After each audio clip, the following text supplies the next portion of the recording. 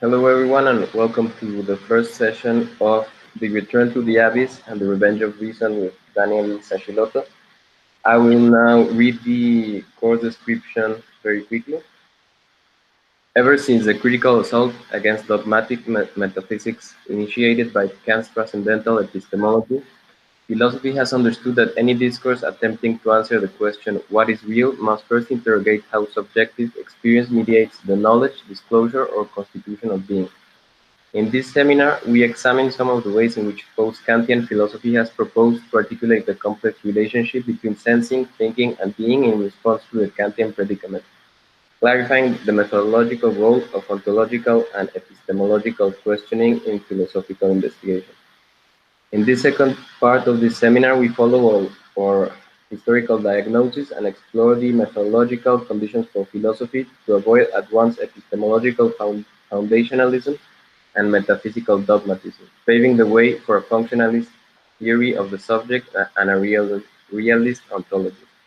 We begin by rekindling the Kantian problematic of the faculties and the crisis of representation following from the encounter with noumenon, which Heidegger diagnosed as having forced a recoil before the abyss, and whose irreversible historical effects for philosophical thought Land denominates as the trauma of the exterior. Upon returning to the abyss, we introduce an alternative answer beyond the various attempts at radicalizing and overcoming critique after Kant, which becomes first elaborated in the works of Wilfrid Sellars and which avows the irreducibility and propriety of epistemological explanation, while reconciling it with the prospects of a materialism.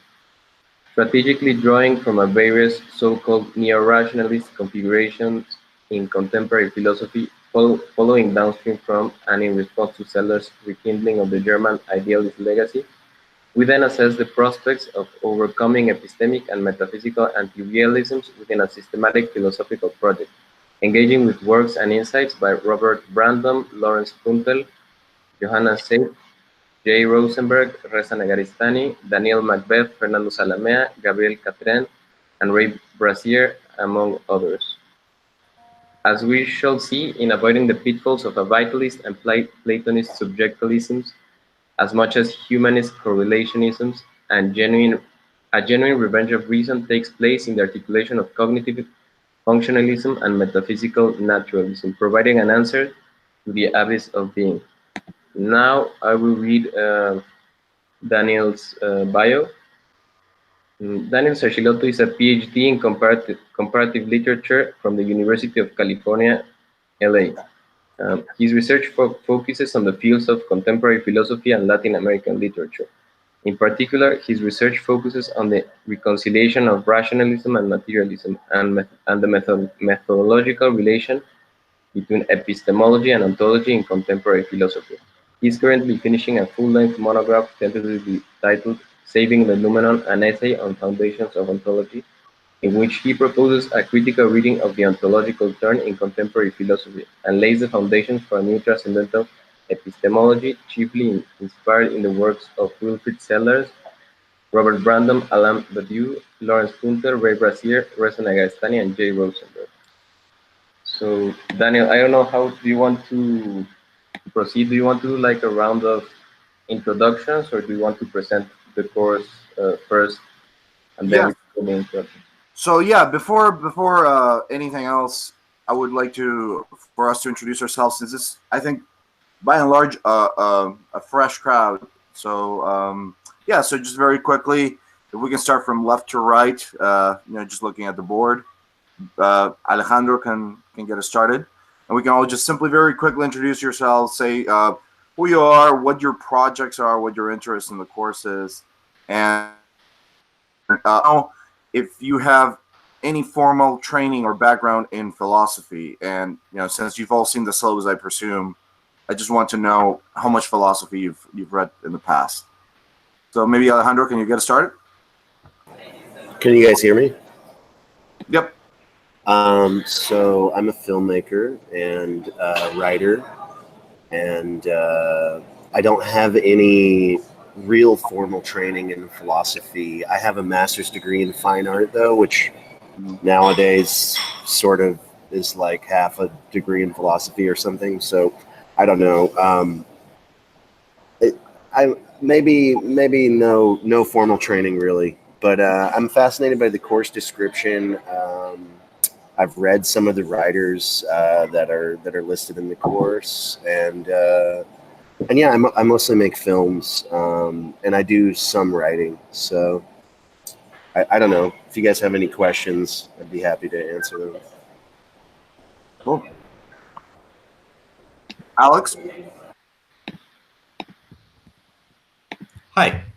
Yeah, I was a participant in the first half of this course, so I'm looking forward to continuing that. I'm an autodidact, so no formal training in philosophy, but I've had a strong interest in philosophy of language, philosophy of science, epistemology for a while, and so I'm kind of interested in pursuing the sorts of questions about theory, world relations that are to be discussed within this course. Thanks. Thank you. Edward?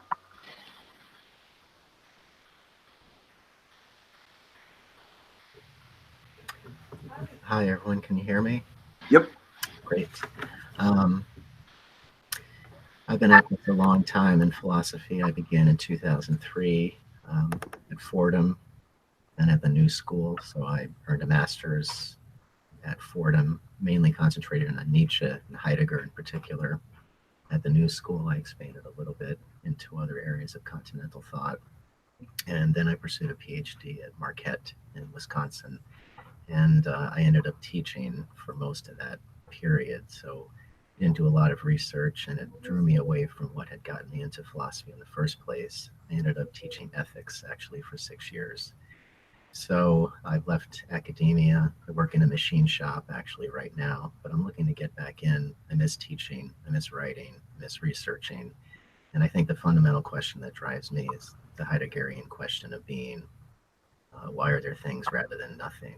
So I'm attracted to any course that deals with ontology and epistemology. Also at the New School, I did a lot of work on Brandom, Sellars, with Richard Bernstein and Alice Crary. So I think I have some things that I can bring to the table here, but at the same time, a little bit rusty after 5 years out of academia. Hernan? Hello there. Can you guys hear me? Okay. Mm-hmm. Yep. Sure. So let me put this on. Yeah. Okay. Yeah. So my name is Hernan. My background is in biochemistry and biotechnology, and in the course of my, let's say, scientific practice, I stumbled upon a series of issues that turned to be like philosophically inclined, such as the mathematical intelligibility of natural phenomena and questions such as these. So I got to a point where eventually I paralyzed my scientific activity because of these questions were piling up. And so at this point, I'm very much still mapping like the philosophical terrain in order to find like a specific problem I could work on. So yeah, regards to formal training, I did a set of seminars in Universidad of Buenos Aires. I'm based in Argentina, regarding ancient medieval, modern, and contemporary philosophy, but it's very high level, very introductory. So I'm not familiar with rigorous methodologies of research, and yeah, that's it. Jared?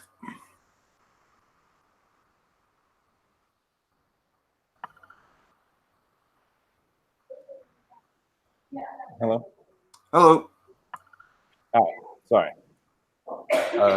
So I was a participant in the first course along with Alex and I guess yourself. I think that's not it. Just I suppose maybe Michael. My formal training in philosophy is primarily limited to a few independent research projects I did as an undergrad. I majored in a department called rhetoric. And I really found out through the first session of the course that all I'd ever really done was kind of like a comparative intellectual history, or making somewhat interesting non-obvious connections between different ontological frameworks. So I mean, as far as my larger project or hopes for this course, I would just like to learn more about how to, rather than being strictly focused on pointing out ways in which continental philosophers have mostly elided the question of epistemology, finding out how to do what was called, I guess, an epistemological derivation. And beyond that, really just finding a set of ontological and epistemological claims that I could say were not derived from Deleuze or secondary literature on Deleuze. That's about it. Then we have John.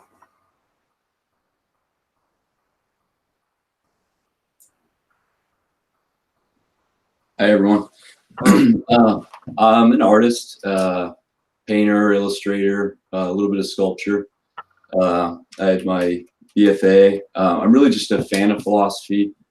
I do enjoy seeing the way it informs my artistic practice.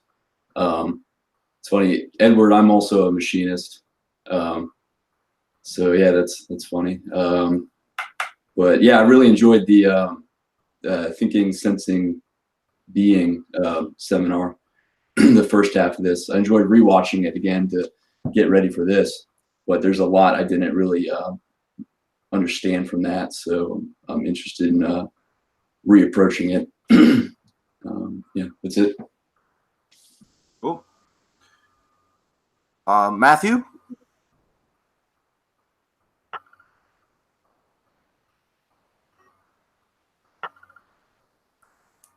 Are you guys hearing, or I'm having trouble?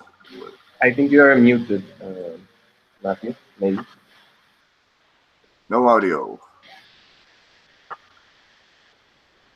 Nope, can't hear you. Nope, not yet. No, sorry.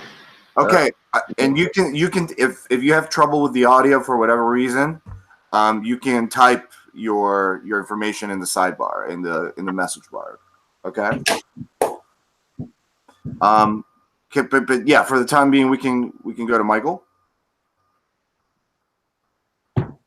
Okay. My name's Michael. I was in the first session for this class.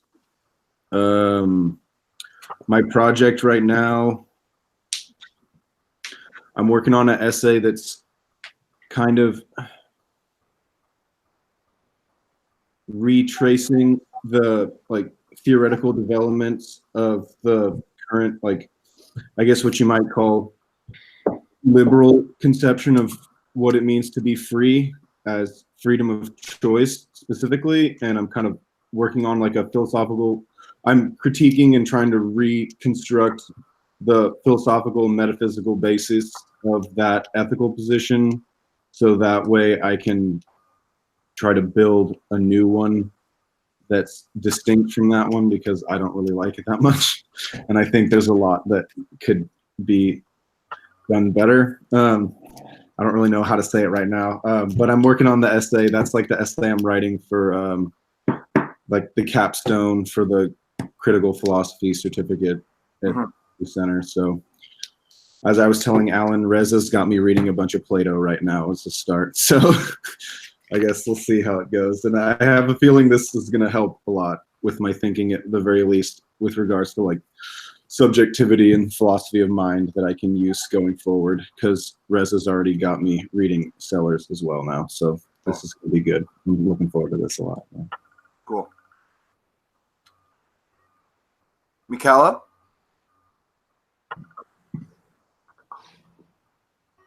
Hi, can you hear me? Mm-hmm. Yeah.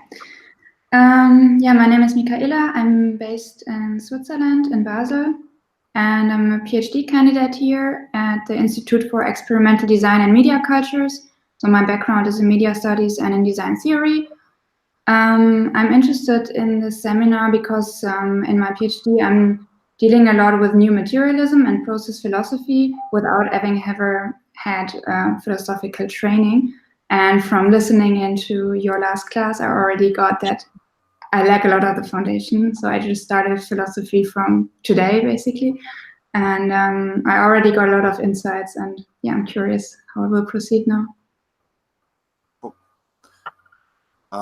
Alan?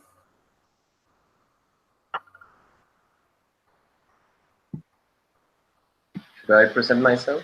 Yeah, of course. Yeah, my name is Alan, and I'm a certificate student here at the New Center. I also took Daniel's last class and found it fascinating since I've discovered here in the New Center, like, for starters, I don't have like a formal philosophical training. I'm doing a master in critical theory, but I studied architecture and I started drifting towards philosophy, but mainly continental philosophy by my own. And then I started this master, and here in the New Center, I discovered like this something I didn't know that was happening. That was actually people trying to, like, working with one foot on continental and the other foot in the analytic tradition. And well, I'm really interested in reading like some of the analytical philosophers that are on the course, like Sellars, who I've never read, and Puntel, etc. So yeah, right now I'm working on my master's project is on smart cities and algorithmic automatization from the philosophy of Bernard Stiegler. So yeah, that's about it. Excellent. And finally, we have Shan, or Sean. I don't know how you pronounce it. Hi, it's Sean. Sean. Yes, I'm an artist. I'm based in Brooklyn. I don't have any philosophical background. Just have been getting into robotics, crude robotics, a bit for projects, and that has led me to philosophy of mind, or research about philosophy of mind. So, and your previous class was very helpful. So, okay. Thank you. So is I think John was going to sign in, but I don't see him. He's no, wait. Matthew. Is my microphone working now? Yes, it is. Okay, great. Hey everyone, I'm Matthew. I'm just finishing my undergrad right now in Toronto. My philosophical kind of experience is generally in the phenomenological tradition, so a lot of Heidegger, a lot of Merleau-Ponty, and then I got a little bit more into Deleuze and Derrida and kind of post-structuralism and the kind of French stuff. I had a friend lend me Intelligence and Spirit over Christmas, and I was like appalled and horrified, but also like amazed by kind of what was happening in it. And so through that, I discovered the New Center and decided this was kind of something that I wanted to explore a little bit more. Cool. All right, well, I think that's it, right? Did I miss anybody? No, I don't think so, right? We're all here. Great, so welcome everybody. I'm Daniel, obviously. So the way that today is going to go, today's obviously, there was no reading for today. Today's an introductory session. So what I want us to do today is, since, you know, a fair number of you were not present during the first part of the seminar, and even though I've heard that some of you have actually revisited the sessions, nevertheless, what I want us to do today basically is to go over and do a sort of recapitulation of the essential results and terrain that we covered in that first part of the seminar. As I mentioned, and as Alan mentioned, this is the structure of the seminar was roughly conceived in analogy with a Heideggerian seminar. And for those of you who know how a Heideggerian seminar sort of works, there is a historical preparatory part, which sometimes takes the entire course. And then there is something like a constructive intervention or project, right?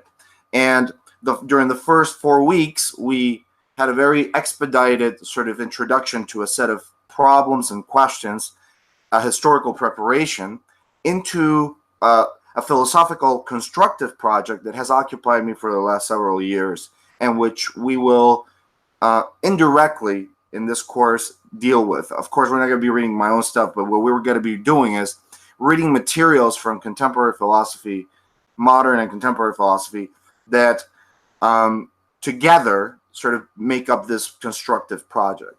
So the sort of schedule for today is I will introduce the course by, again, recapitulating the first part, but also by trying to state where it is we're going.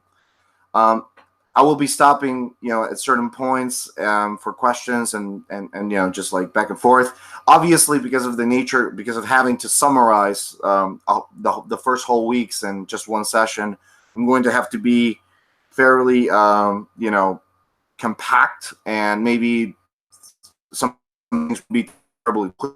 My only piece of advice is that if anything that I say doesn't seem clear, by all means, ask away any terms that need clarification. I'm happy to clarify. And also, if you need any further, and I'm sorry that the camera is doing this weird thing again where it's like refocusing. I know how to fix it, but it seems to have gone back. Anyway, but if you have problems with any of the terminology or any of the parts of the course that need further clarification, the relevant sections of the first part of the seminar should cover in more substantive detail the terrain that we're obviously got to be speaking about. So after that, what we will do is we'll try to very quickly arrange for a schedule of presentations for the weeks to come. Okay. And that's what we'll do in the last part of the course, and talk a little bit about the logistics of the course. What kind of work is expected of you? It's fairly simple. There's a paper to be written and a presentation, and but we'll get to that towards the end if that's okay. Before I get started, so I have a PowerPoint presentation that I'll be projecting to help us move through. But any questions, any provisional questions? Let me try to fix this very quickly because this is annoying, really annoying. But yeah, any provisional questions before we get started? And I'm sorry about, if this keeps happening, the camera just out of focusing itself again and again, I will manage to fix it by next time for sure. It's just, I don't know what's going on. Any provisional questions before we get started? Yeah, it's Hernan here. So could it be possible to get the reading material for the last course, so we can get? Yes. So what I'll do is I will upload the materials for the first part of the course in the classroom for the second part. Okay. So excellent. I will. Yeah, and I think all of you should have access to the first round of sessions. It's now moving. So okay, great. So let me just begin projecting the PowerPoint so we can start talking. And this is like slightly annoying, but hold on. And application window. All right, guys. So I presume you're seeing Sense and Thinking Being 2, The Return to the Abyss and the Revenge of Reason. Are we good? Yep. And you can see when I change the slides, right? Yes. Great. Phenomenal. So let me just begin by recapitulating the essentials, right? So in this seminar, we began by formulating an essential question, which is to guide us and which will continue to guide us in this seminar. And it's a very simple question and a fundamental question, which was, how do sensing and thinking mediate our relationship to being, or our relation to being? That's the question that I began with. And of course, this is a question about how it is, to frame it in a little bit more, to unpack this question and the motivation behind this question. It is a question that can be paraphrased, maybe if you're more familiar with the phenomenological tradition, say, as the question concerning what kind of intentional modalities or modes of experience, forms of experiential mediation allow us to have or engage with the world, or to disclose a world. So it is not just simply the epistemological question of how do our senses and our concepts or our intellectual capacities allow us to know the world or being or nature, but more generally, what kind of aesthetic and cognitive capacities enable us to establish a rapport to being, right? So in a certain sense, this question was shown to be extremely general and fundamental to philosophy. Every kind of epistemological or ontological theory that you might want to have is going to, in some way, propose a different kind of articulation between these three terms, sensing, thinking, and being, which is why the three terms are the heart of the course. Now, during the first part of the class, we saw how this question and these three terms are essentially connected to a series of dyads, which have organized the unfolding of the history of philosophy since its very beginning. And the three dyads that we roughly identified and that configured our genealogical sort of tracing of this question were the ones that I list there. The first one is a metaphysical one or an ontological one, and it's the contrast between what I call Heracliteanism and Parmenideanism. And here the question concerns the question of ontological priority. Does becoming or being have a priority in ontology? So the question is, of course, becoming on the side of Heraclitus is flux, is change, is, instability.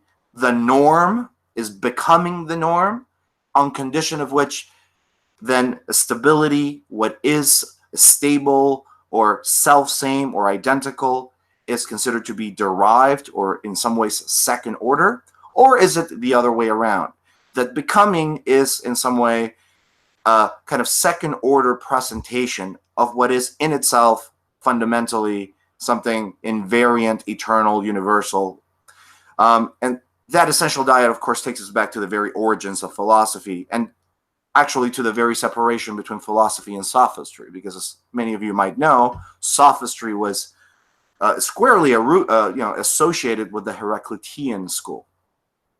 The second dyad is a epistemological dyad, and it finds its force or its locus in the modern sequence, in the sequence of modern philosophy since the 16th and 17th century, really, and is that between empiricism and rationalism. And here the question is whether sensibility or ideation, or the intellect, if you will, have a priority in epistemological matters. It's a very familiar distinction, but the idea here is empiricists like Locke, Berkeley, and Hume think that all knowledge has its roots on aesthetic receptivity, on sensory impressions, whereas the rationalist, canonically Descartes, begin by identifying as foundational a kind of knowledge that is not derived from experience, but that is inferentially obtained by a kind of introspective methodology, right? Which Descartes, in Descartes' case, he calls radical doubt. You just ask yourself certain questions from the armchair, and you arrive at a certain set of foundational beliefs or a certain set of knowledge that is foundational precisely insofar as every other belief and empirical knowledge is derived from this. And finally, the third dyad is that between materialism and idealism. And here the question is whether being or becoming has a mind-independent or mind-dependent mode of existence. So this is obviously also in the, say, field of ontological interrogation. But the idea here, of course, being materialists, although materialism is understood in many different ways, all jointly agree in that what there is, whether it be considered, whether one assigns a priority to being or becoming, is to be conceived as, at least in some sense, mind independent. There is at least some degree or something in the world which does not depend for its existence on there being anything like a thinker, a sensor, an experiencer, or a subject. Conversely, idealism, as you might know, upholds the opposite thesis. Whether being or becoming is said to have a priority, the idea is that being or becoming have, in some way, a mind-dependent mode of existence. And you can frame this question really in a local or in a global sense, right? So you can be, for example, a materialist concerning certain set of phenomena, but be an idealist with regards to certain set of phenomena. So, for example, if you think about the classical modern philosophers, Some of them, if you think about the classical empiricists, for example, they thought that, well, in the case of Locke, for example, a certain set of properties could be said to be mind independent, namely primary properties, those associated with extension and spatial magnitudes, but those associated with secondary, with sensory impressions, with things such as color and hearing, blah blah blah, those were said to have a subjective mode of existence. They were called secondary properties, essentially. Or you can ask the more lofty global question: is there anything at all that could be said to be mind independent? Or rather, is everything, like Berkeley seems to hold, in some way relative to our modes of disclosure, to our modes of experiencing? So this is obviously part of this realism question that haunts philosophy since its very origins, and which has acquired a kind of new vigor in the contemporary context. Now, and I understand I'm rushing, so some of this stuff might not be entirely clear, but in the interest of time, we have to. Now, can I ask a quick question? Absolutely, yes. So when you say, like with the first two dyads, you say you're asking whether or not, like, which one has a priority. Do you mean a priority, like using a as an article, or do you mean like a priori, like Kant uses it? Oh, in the former sense, so like an article. Okay. Okay, cool. I just wanted to clarify so I knew what you meant. Sure. Sure. Thank you. Any other questions or doubts? Cool. So in relationship to our three central concepts, our essential question, and these three dyads, we started really our course by looking at how it was that modern philosophy and contemporary philosophy configured itself and unfolded as a series of responses to Kant's critical response to modern empiricism and rationalism. So we really started by looking at how it was that our central question was dealt with in the wake of the Kantian theory of experience. And what we tried to isolate was essentially two parallel, well, divergent, but nevertheless parallel vectors of historical philosophy, which together, even though they had quite several dissimilarities, could have set or could be set to have this common agenda, the following two principles. On the one hand, they wanted to displace the priority of epistemological investigation in the name of ontology, and second, they wanted to do so by rearticulating the relationship between sensing, thinking, and being away from Kant's representational theory of experience. So, and this will become clearer as soon as we start talking a little bit more about what these two vectors were, but all of the thinkers that we explored during the first parts of the course singularly seem to believe that epistemology was in some way overladen still with a certain set of metaphysical assumptions that needed to be done away with in order for philosophy to arrive at a position of a methodologically sound ground.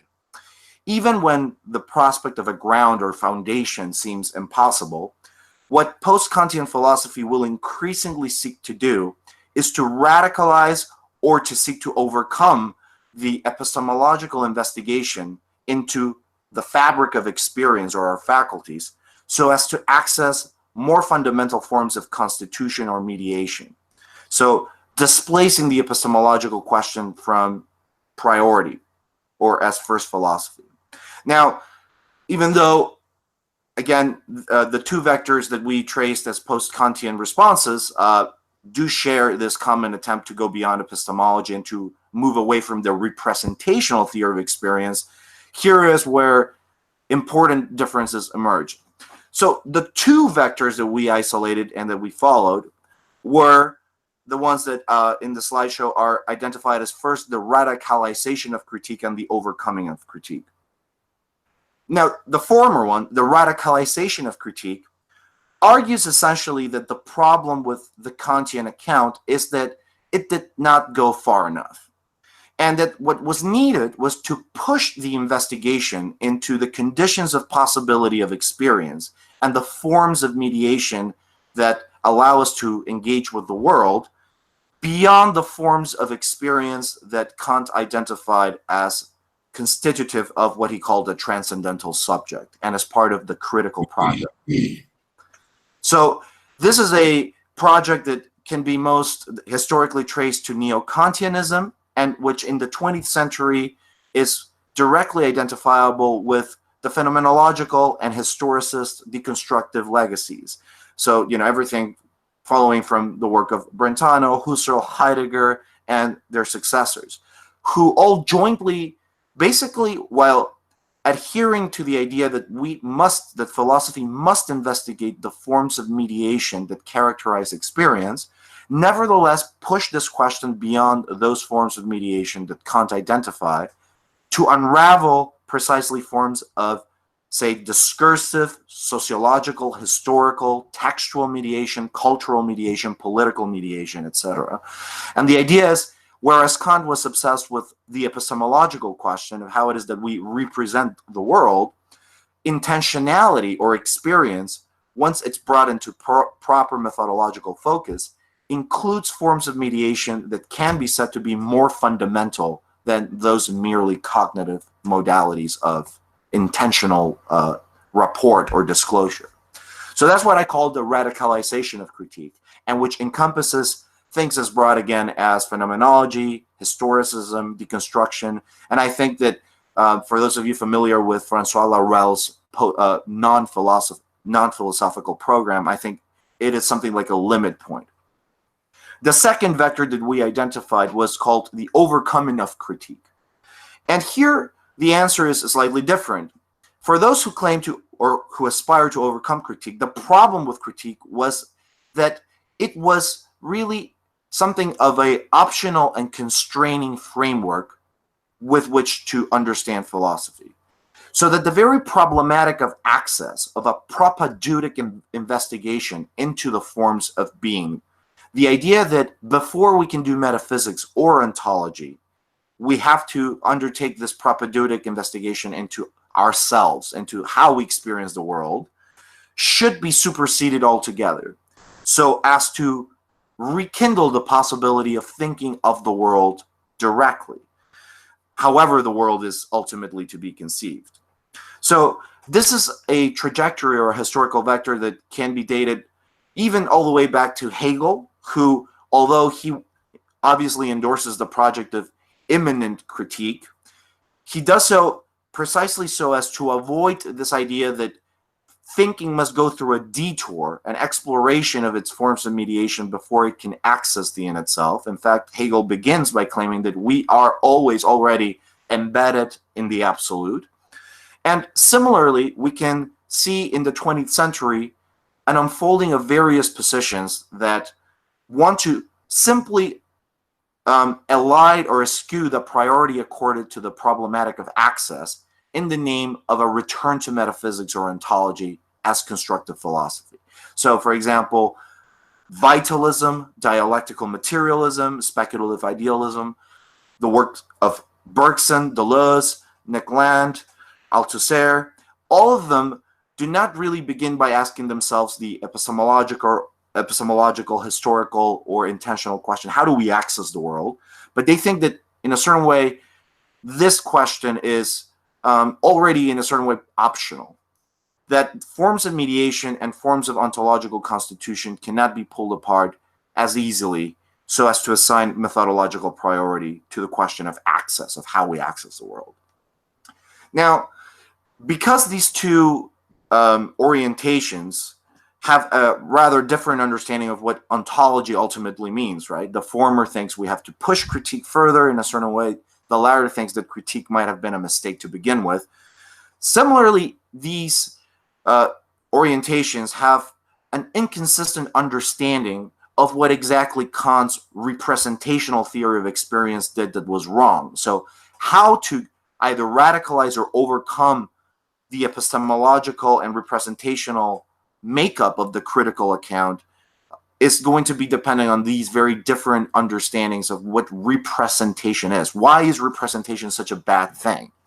And we began by noticing that representation has actually two senses, a narrow and a broad sense. And in its narrow sense, we understood, following the work of Brandom, but Foucault makes the same point actually in The Order of Things. In the narrow sense, representation is understood as a distinctively modern concept, which was elaborated in the wake of Descartes' algebraic geometry, really, to rethink of the relationship between reality and appearances and thinking and being, away from what was called, or what is called, a resemblance model, which is most closely associated with what Wittgenstein calls a picture theory of meaning. And this picture theory or resemblance model, which really goes all the way back to Aristotle, consists in framing the relationship between thinking and being and the question of truth in terms, again, of resemblance. The idea there is that an idea is a true idea or a correct idea or an accurate idea, take your pick, if and only if the idea and the thing that the idea is an idea of share in some way qualitative properties or intrinsic properties. So the idea is, right, like you have an idea of a tree. Well, if your idea shares the same proportions, colors, and placement in the environment analogously to the environment, then your idea is a correct idea or an accurate idea. And conversely, if you think or you conceive of the tree as brown and your idea is brown, but the tree is green, then you have an inaccurate idea, right? And the modern concept of representation essentially elaborates or trades this resemblance model of perception, of ideation, and truth for isomorphy.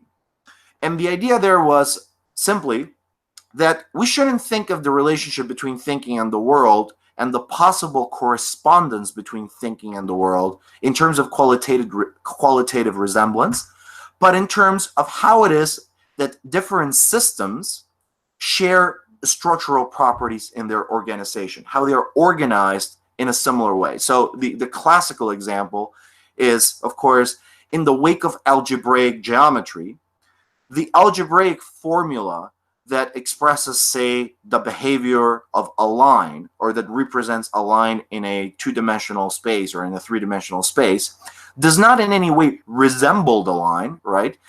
You have a formula. The formula is composed of discrete syntactical tokens or symbols. It is, a string of symbols exactly.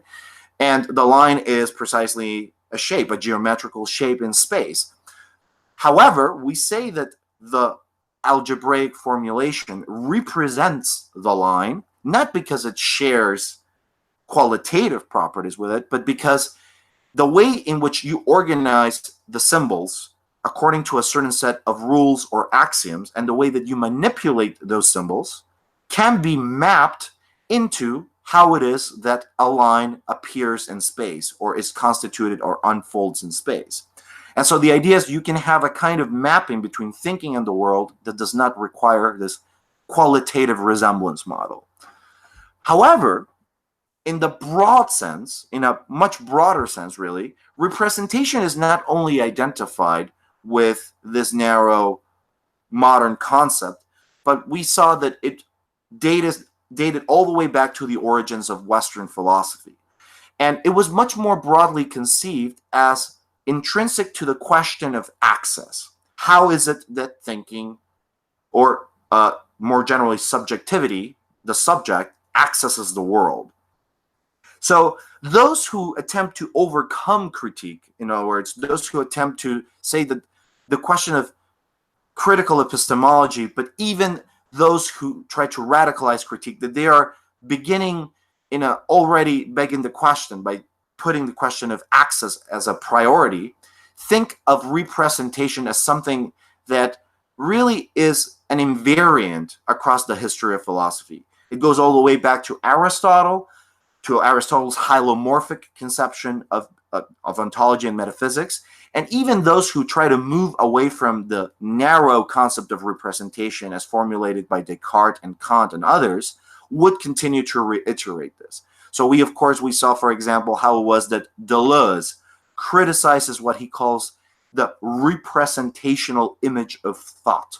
and what he understood as representation included not only the narrow, proponents in modern philosophy that adhere to this narrow sense, but more broadly, people like Heidegger, Husserl, and even Hegel. So that was the sort of elevator pitch to the conceptuals, dyads, frameworks, and the historical genealogy that served as a platform for our course. And building from that, the question that we will seek to address in this second part of the course, having come out of this assessment, this historical assessment of these two trajectories, and in particular what I named the new materialisms, of which I will have more to say in a little bit.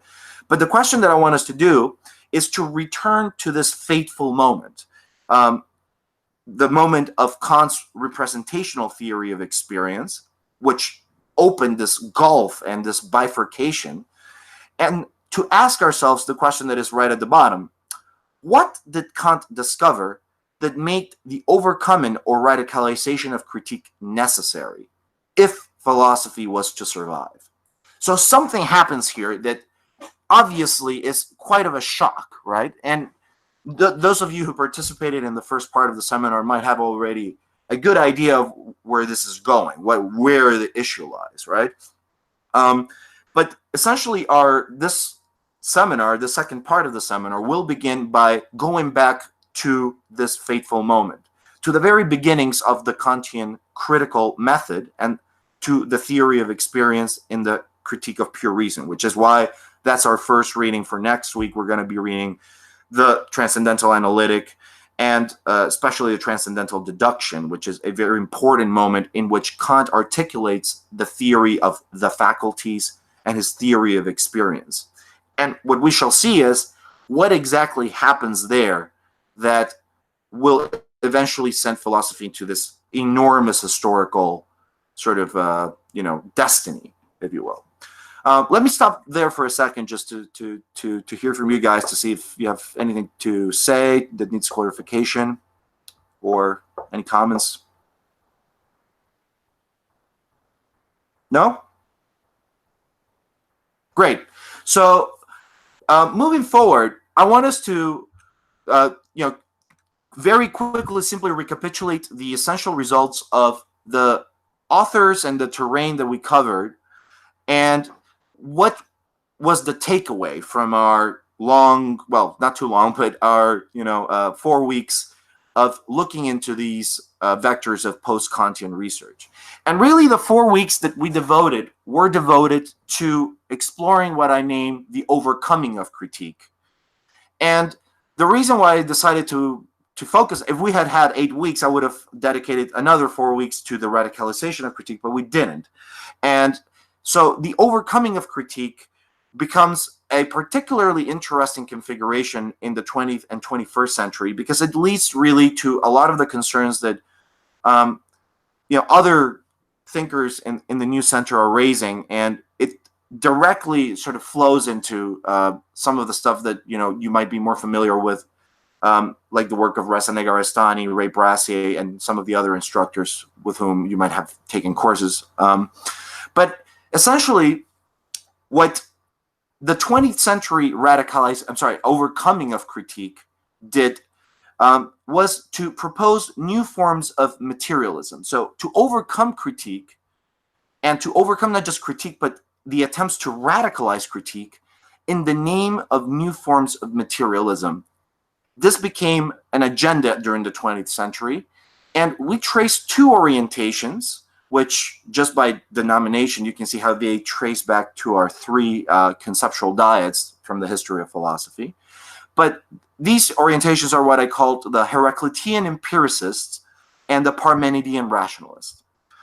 The former trajectory is a historical trajectory that can be most, immediately traced to the work of Henry Bergson. So we began by reading parts of Bergson's Creative Evolution, which was then developed in the work of Gilles Deleuze.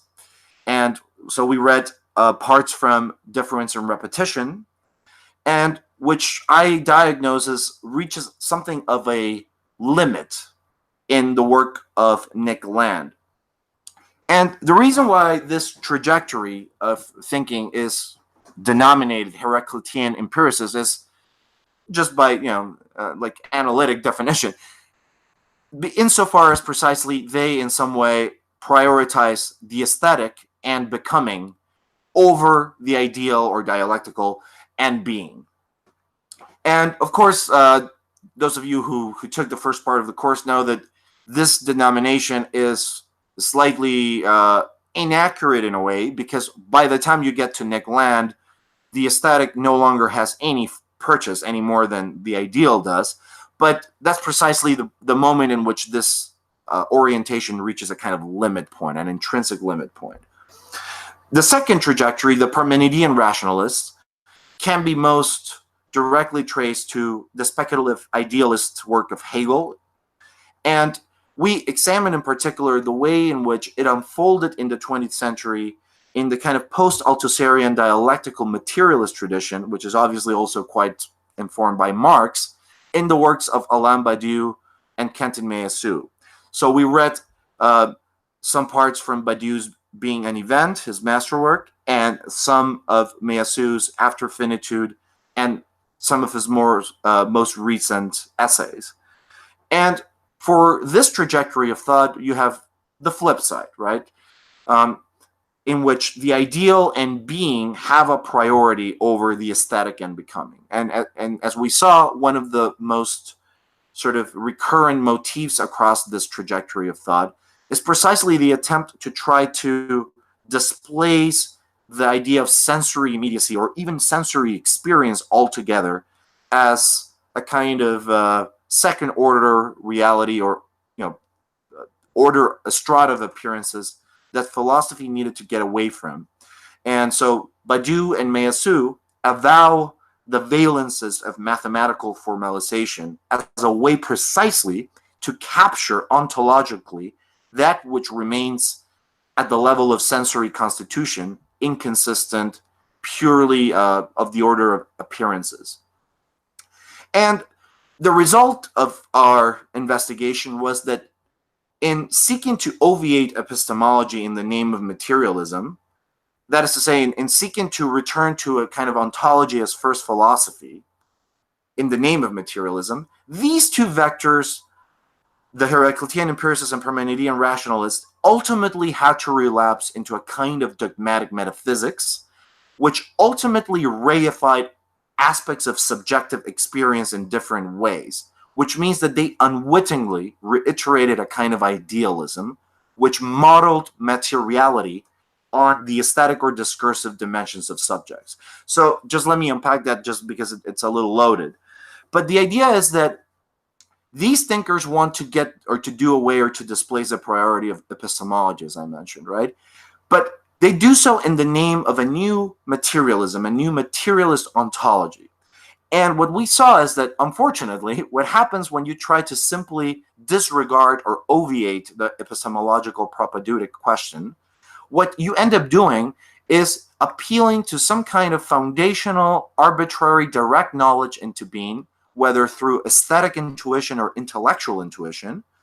And ultimately, you end up modeling materiality on an arbitrary aspect of your aesthetic or cognitive capacities. So in the case of the Heraclitean empiricists, we saw how Bergson and Deleuze, as we probably all know, are vitalist panpsychist philosophers who simply disseminate subjectivity into the world and aesthetic synthesis or aesthetic constitution into the world, while the Parmenidean rationalists, like Badiou and Meillassoux, end up platonizing the world, to conceive the world and materiality as a domain that is indiscernible from the domain of mathematical formalization. So they directly ontologize mathematical discursivity. And so this is the price to be paid for eliding epistemological investigation. And so in this second part of the seminar, we return to the Kantian moment in which the whole debacle takes place and try to answer why it was that epistemology came under such pressure, right? we've already sort of indicated why. Those who radicalize critique think that epistemological questions about knowledge have to be underwritten by more fundamental forms of mediation. But more generally, what we indicated was that the representational theory of cognition, within which epistemological problematics emerge, were seen to be loaded, metaphysically loaded. So those of you who are familiar, with Heidegger, it seems that even though those who attempt to overcome critique want to also go away from those who radicalize critique, they all seem to nevertheless agree with this Heideggerian diagnosis that actually, while Kant might have thought that epistemology is propedeutic to metaphysics, and he thought that it was necessary to ground metaphysics, in fact, epistemology can be shown as harboring all kinds of latent metaphysical prejudices. So there really is no way to get beyond ontology as first philosophy. It's all about where do you position your ontological commitments in. And for those of you who know, like Derrida will push this to a kind of, limit where the whole dream of stepping outside of a metaphysical era, like Heidegger believed was possible, at least until a certain point, comes to seem implausible.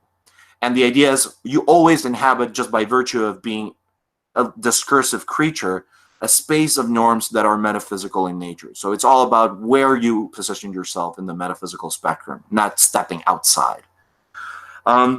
So the return to Kant will really allow us to see what exactly is this sort of problem that we find in the representational theory of cognition and, in the epistemological task as conceived in the modern period.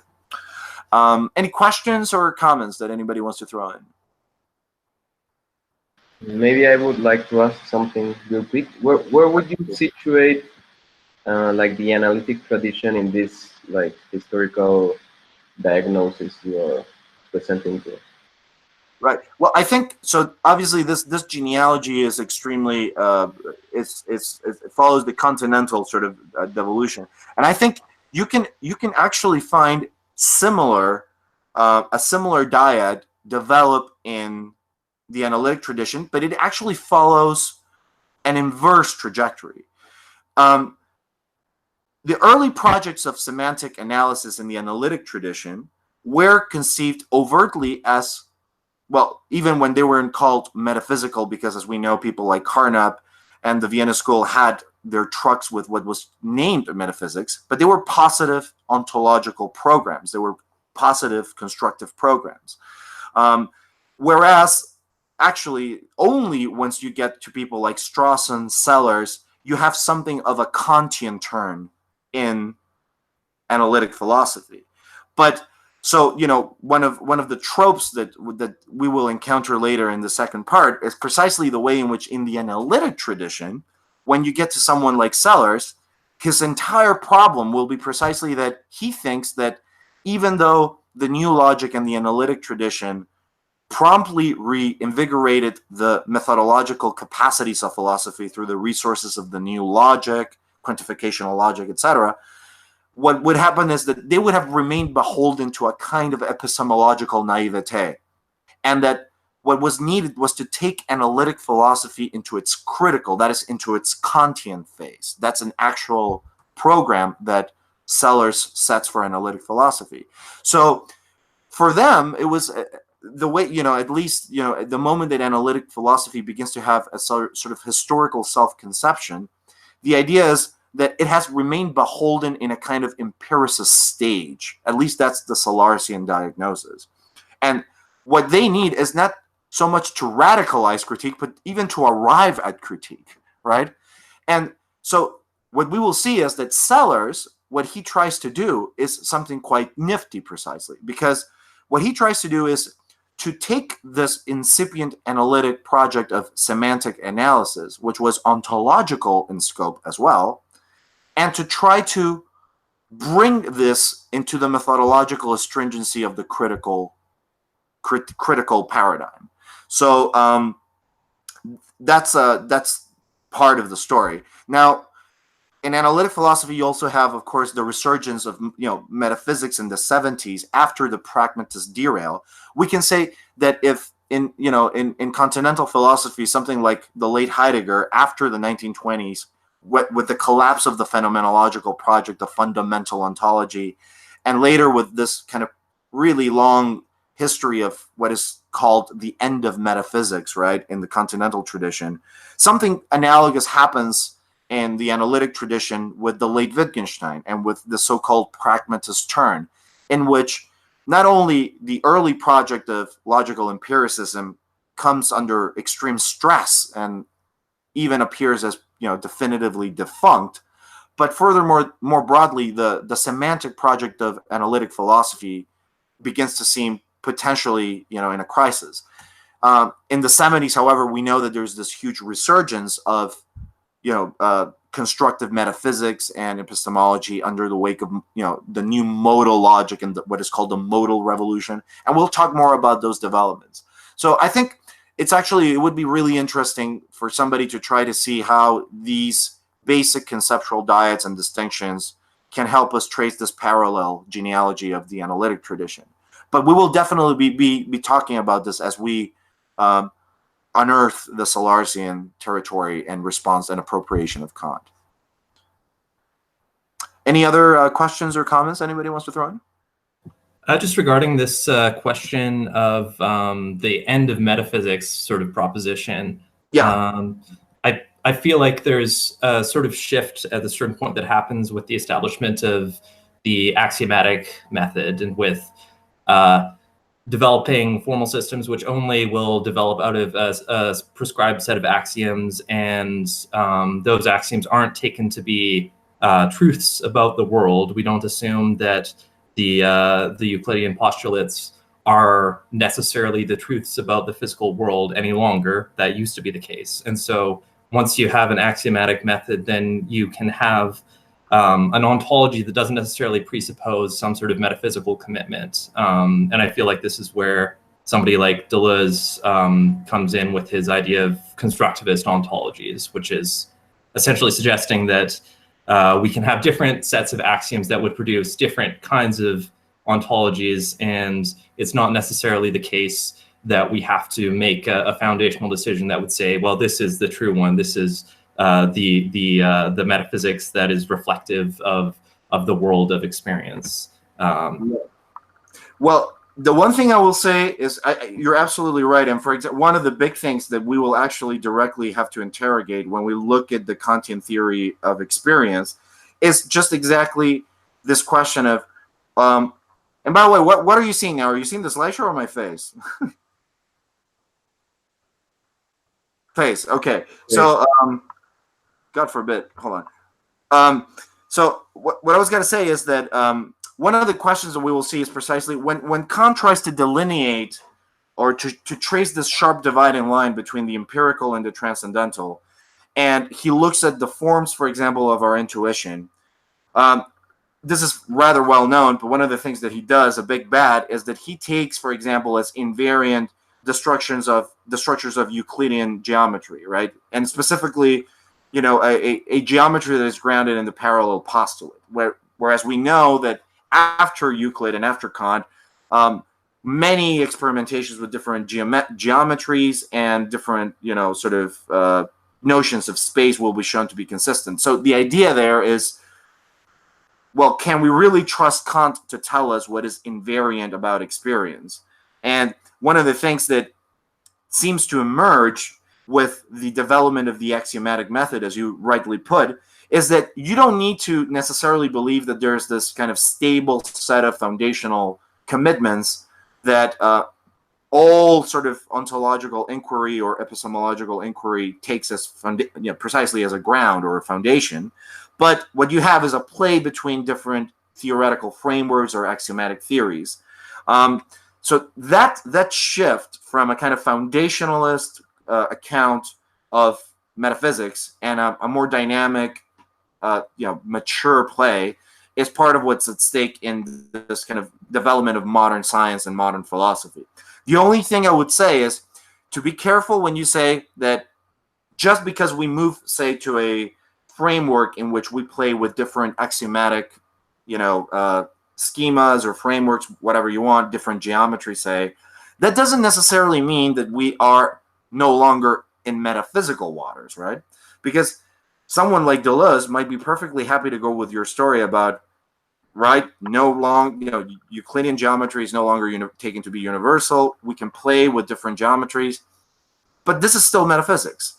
Metaphysics, in the broad sense in which metaphysics is simply any positive account of what constitutes the fabric of space-time, being more generally, and so on, right? So metaphysics is not foundationalist by nature, even though that is the way precisely in which, for example, a lot of the criticisms waged against metaphysics by analytic philosophers was motivated by. So somebody like Carnap, when he rejects metaphysics, right, it's precisely because he thinks of metaphysics as this kind of parochial, pre-modern, folk scientific view of the world done from the armchair, which is beholden to a set of essentialist, foundationalist assumptions that are all bad. But in any case, yeah. Any other questions or comments? Yeah, and I guess just a fruitful comparison that I just thought of would be that you might think of Heraclitus and Parmenides as being set up in the way that you would think of the set theory and category theory. Like they're different foundational frameworks, and we can derive different interesting consequences from them, but they're not something that should be taken to be mutually exclusive necessarily. They're different ways of framing this sort of problem of how do we characterize being.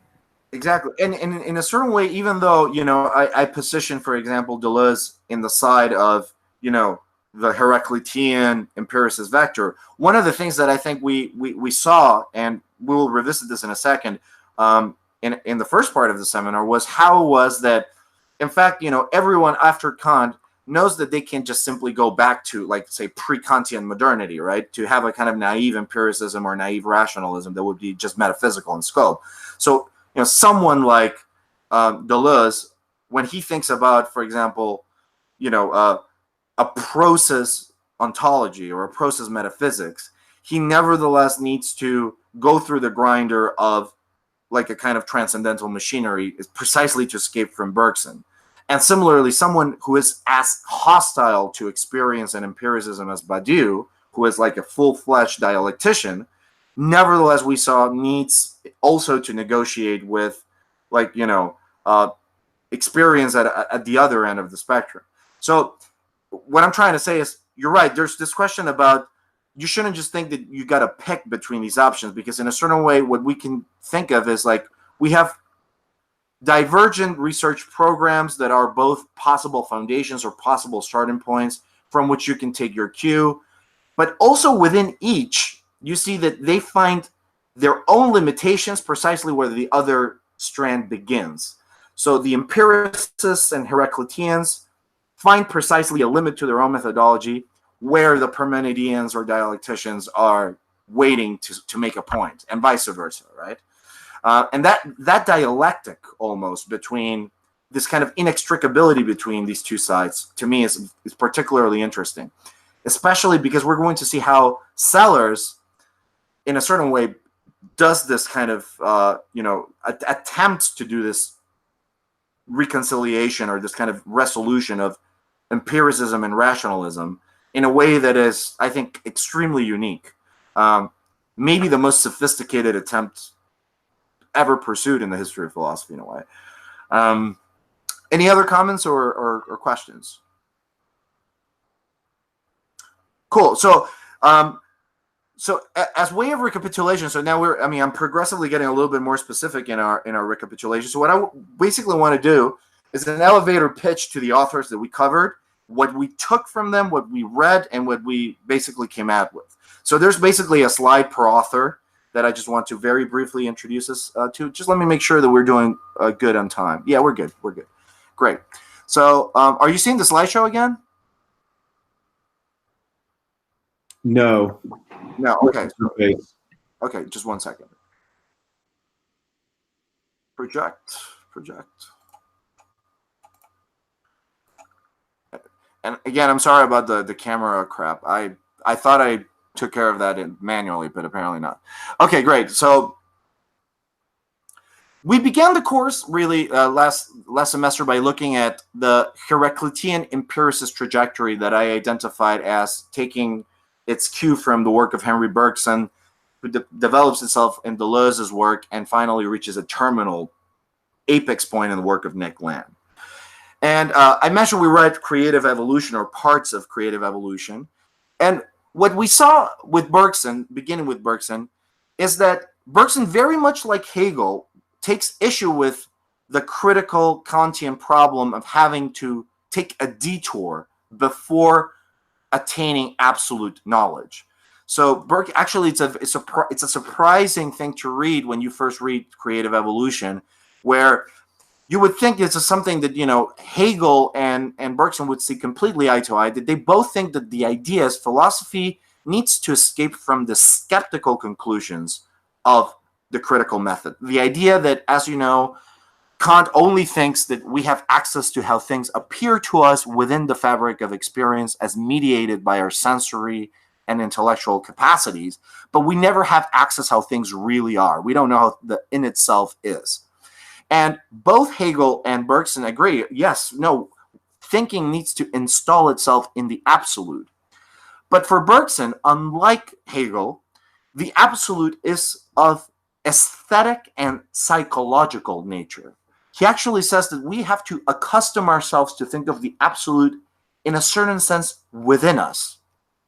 And the way that Bergson tries to cash this out is the idea that really sensory experience or receptivity, that is to say, the field of the aesthetic, is not just simply a second-order simulation or mediation or second-order representation of a material world that is lurking behind the appearances.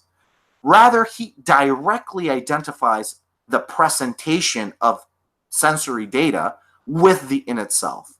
In other words, appearances are the things in themselves.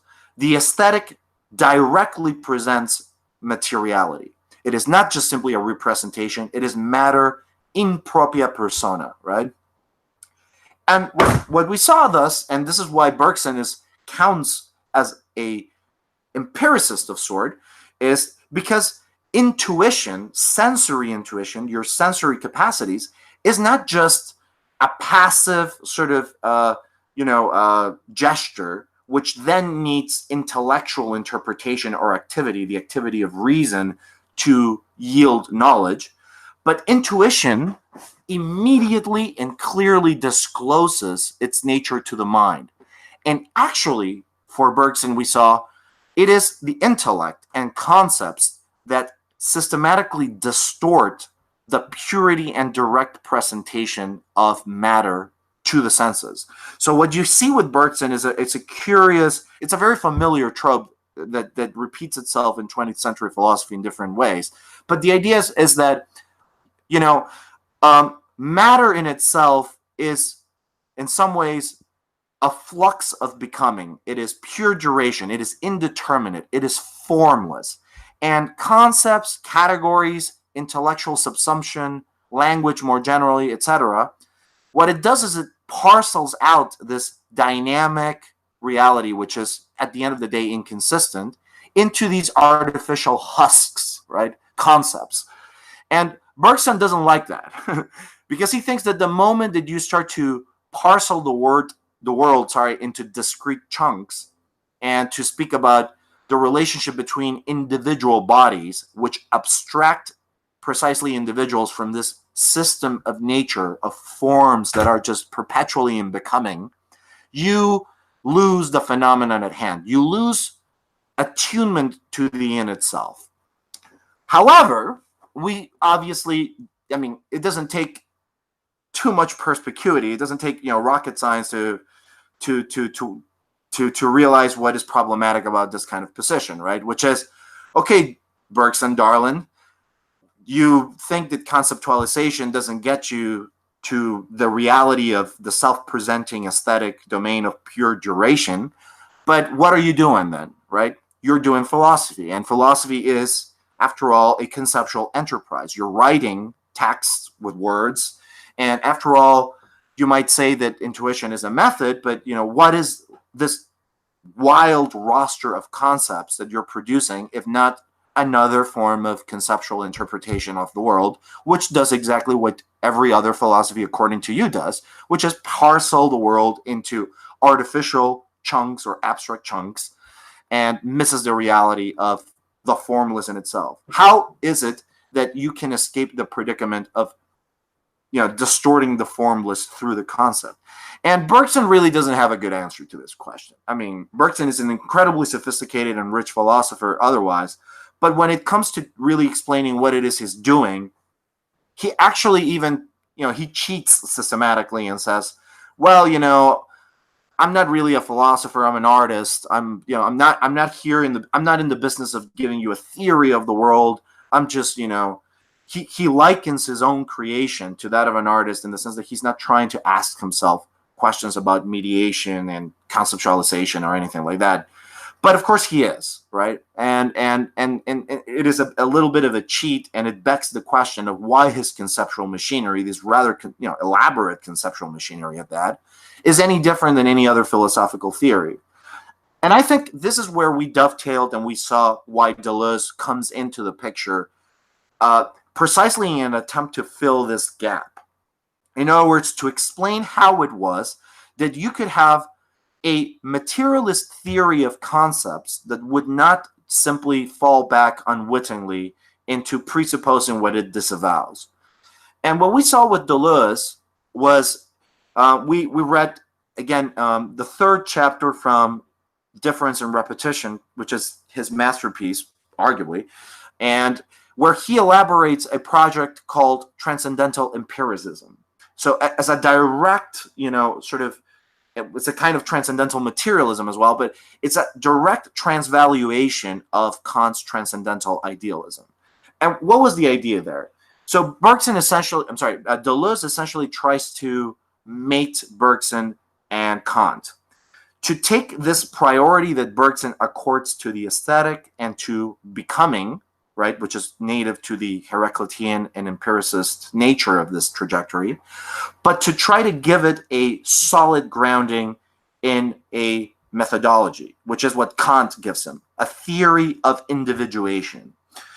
And what we saw is that this leads Kant to hijack Kant's transcendental machinery of the transcendental faculties in the service of materialism, in which what we saw was that rather than to think of the subject as characteristically the human discursive sapient subject that represents the world by synthesizing sensibility and the understanding, concepts and sensations, he describes a world of larval subjects, which are these impersonal subjects, these material agents disseminated in the world, which are no longer human, and which represent the world through syntheses of sensibility, but not understanding.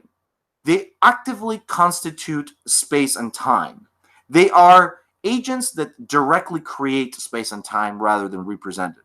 And how do they do this? Well, here's a longer story that we don't have all the time in the world to revisit, but he rewrites the whole theory of the faculties, the Kantian theory of the faculties, so as to explain the relationship between what he calls virtuality and actuality. Virtuality as a domain of pre-individuated ideal multiplicities, or what he calls problematic multiplicities, and actual intensive vectors of individuation which make matter concrete. So the idea, long story short, because this is incredibly convoluted and it would need hours to be unpacked and made sense of, but the idea is this. Deleuze thinks that there is this domain called the virtual, which is an immaterial domain of pure potentialities. It's a domain of non-actualized differences. And then what happens is these larval subjects encounter this virtual domain of multiplicity, and they individuate it. And they individuate it as space and time. So if you want a kind of analogous conception, it's actually similar to the Platonic account of participation, right? Where you have, a kind of abstract form, and then you have sensory bodies or individual bodies participate in these forms as their incarnations or actualizations.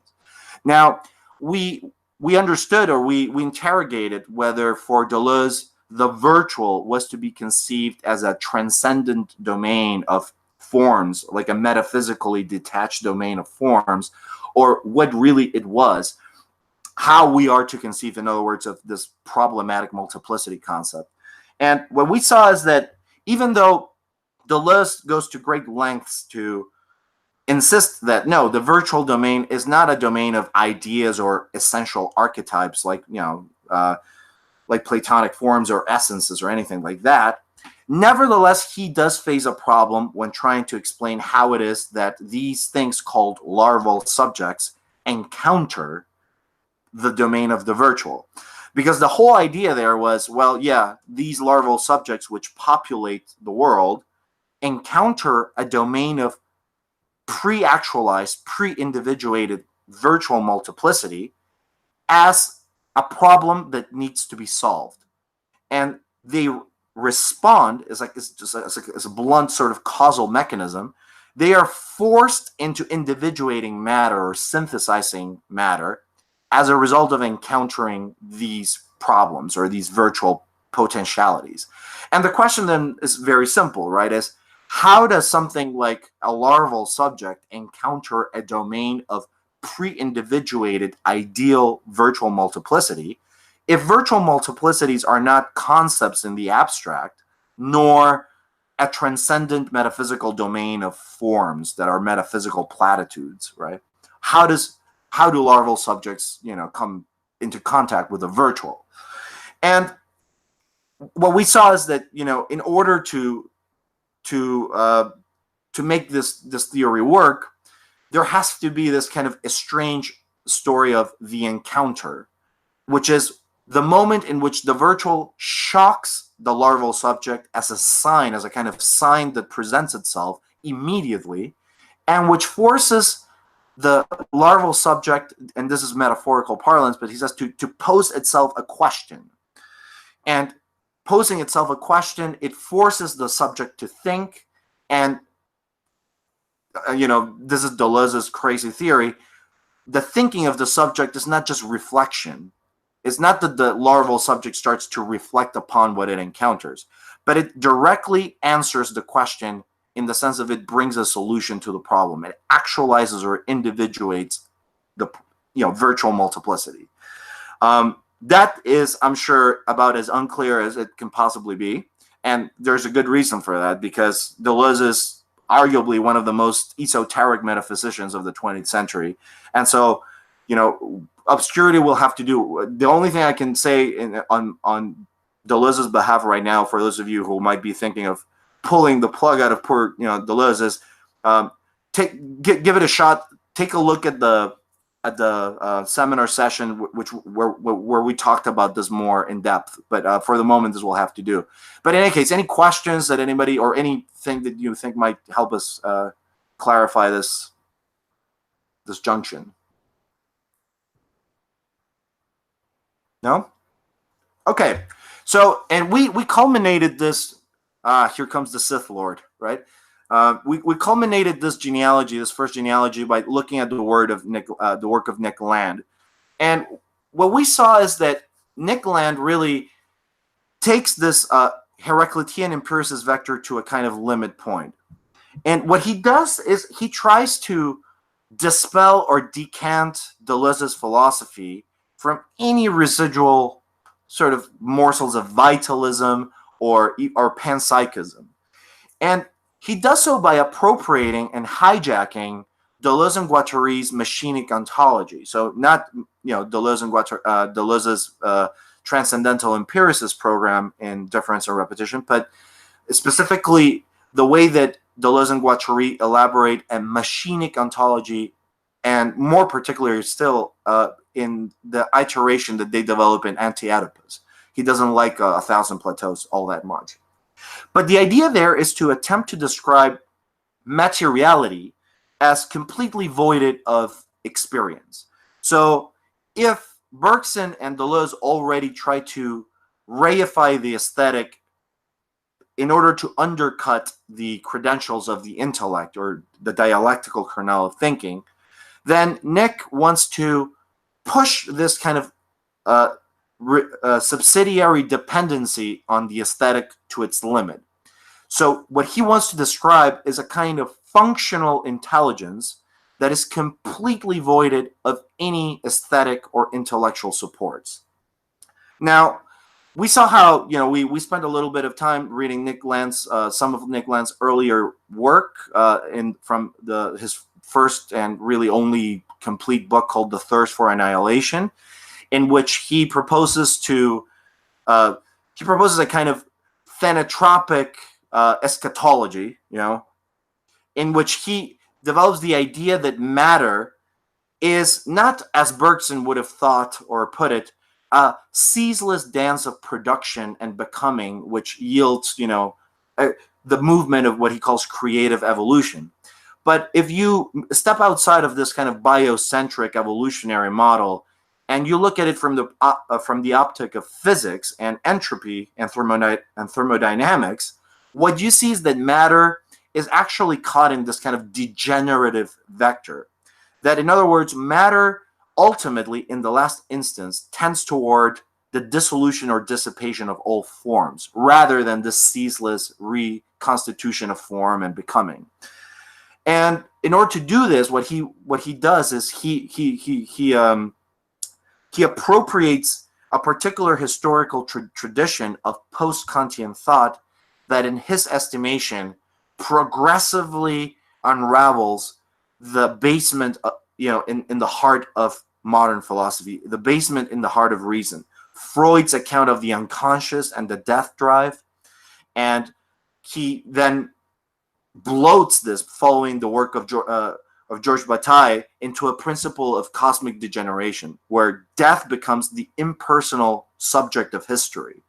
So, for those of you who know, a little bit of Bataille's work, Bataille develops this kind of solar sociology and solar thanatropism, in which human history and the history of life, the history of terrestrial formations, finally the history of the universe, is simply a protracted delay or stopgap in what is ultimately entropic dissipation, solar dissipation.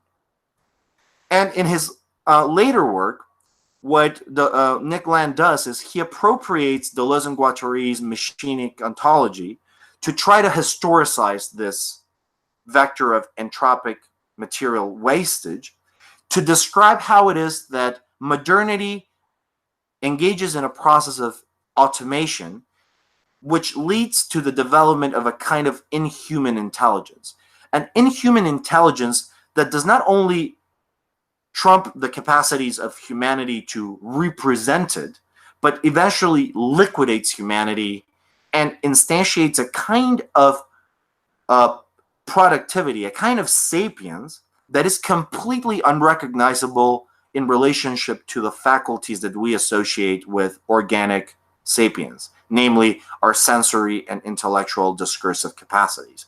So what we saw, actually, and this is the ultimate predicament that we face when we examine Land, is that Land pushes this vector to the moment where empiricism becomes voided, right? Because it's no longer really about anything that the senses disclose. But what you get is this kind of intelligence stripped from any of its kind of functional specificity.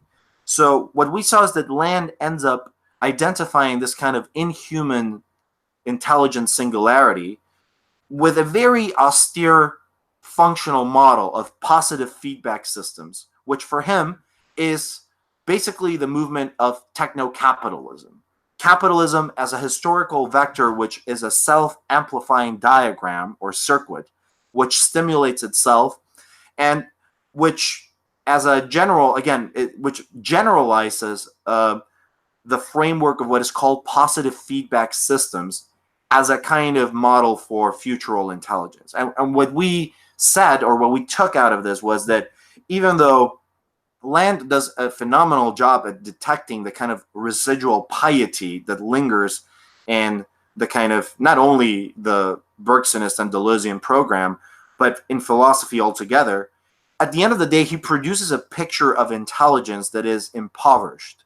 Impoverished not because it betrays the rich complexity of human life, but simply because positive feedback-oriented systems do not seem to be functionally robust enough to instantiate something like intelligence. And, you know, there's only so much you can throw away out the window before, rather than talking about intelligence, all you're doing is really avoiding to explain what you are supposed to be explaining. And indeed, one of the things that Nick Land does that I think is ultimately fatal to his account is that even though he wants to say, much like Bergson, that he's not doing philosophy, you know, he's doing cybernetics, he's not engaged in describing the world, well, yes, he is. I mean, you know, regardless of the rhetoric, he is presumably describing the nature of this thing called techno-capitalist modernity and its self-reinvention, right? I mean, if he wants to say that that's not what he's doing, then of course you have a problem where there's no distinction between the text that he's producing and the world, but there is. He's no textual idealist, certainly. So then he has to answer this question. How is it that this account of positive feedback-oriented systems manages to be adequate to describe the world of what he calls the primary process or intelligence? And the moment you ask yourself that question, or the moment that you demand an explanation for that question, a justification for that question, you're back in epistemological waters, clearly. But Land doesn't want to have any truck with that. And so what is the price to be paid for not having any truck with that? Well, it is precisely this kind of dogmatic gesture of just saying, well, this is what intelligence is, and that's that, right? And the problem with that is, of course, that all of a sudden you have this ironic result, which is the philosophy that claimed to be most anti-metaphysical, anti-philosophical, anti-humanist, anti-all things logos ends up unwittingly relapsing into a kind of blunt dogmatic metaphysics, precisely at the moment in which he refuses to acknowledge that what he's doing is a description of the world or a metaphysical account. So anyway, that's the kind of like first vector that we traced. I should probably stop there and see if anybody wants to jump in and ask anything or comment on anything. Any thoughts? I'm obviously moving really fast, so I'm sorry for any lack of clarity. That's the nature of the session. Sorry.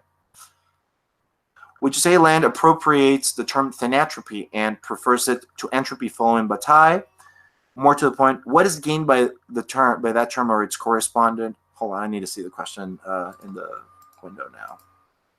Sorry. What is gained by that term or its correspondent conception? It rings anthropomorphic to me. I don't see why non-sapient being or object should be conceived with a mind to its ultimate dissipation, or object should be conceived with a mind to its. I guess it could be interpreted as a radical inversion of the emphasis on the opposite angle, morphogenesis, which I tend to associate with theorists who prefer ATP, geology of morals, etc. More broadly, should we emphasize origin telos or either in thinking about how sensing, thinking, mediate our relationship? So that's more than one question, really. There's a lot of stuff there, right? So just to answer the brief one, yeah, no, that's fine. But just to answer the point and question about why thanatropism, right? I think really, so the two theoretical reference that built to this for Nick are, on the one hand, Freud, and on the other hand, Bataille. So Freud's account of the death drive is for Nick a kind of way to outstrip vitalism, specifically of its kind of of its, let's say, pious teleological underbelly. So the idea is, whereas just like Freud's discovery of the unconscious sort of unravels the pretensions of deliberative cognition, the idea that we are free, self-determining subjects. Well, actually, no.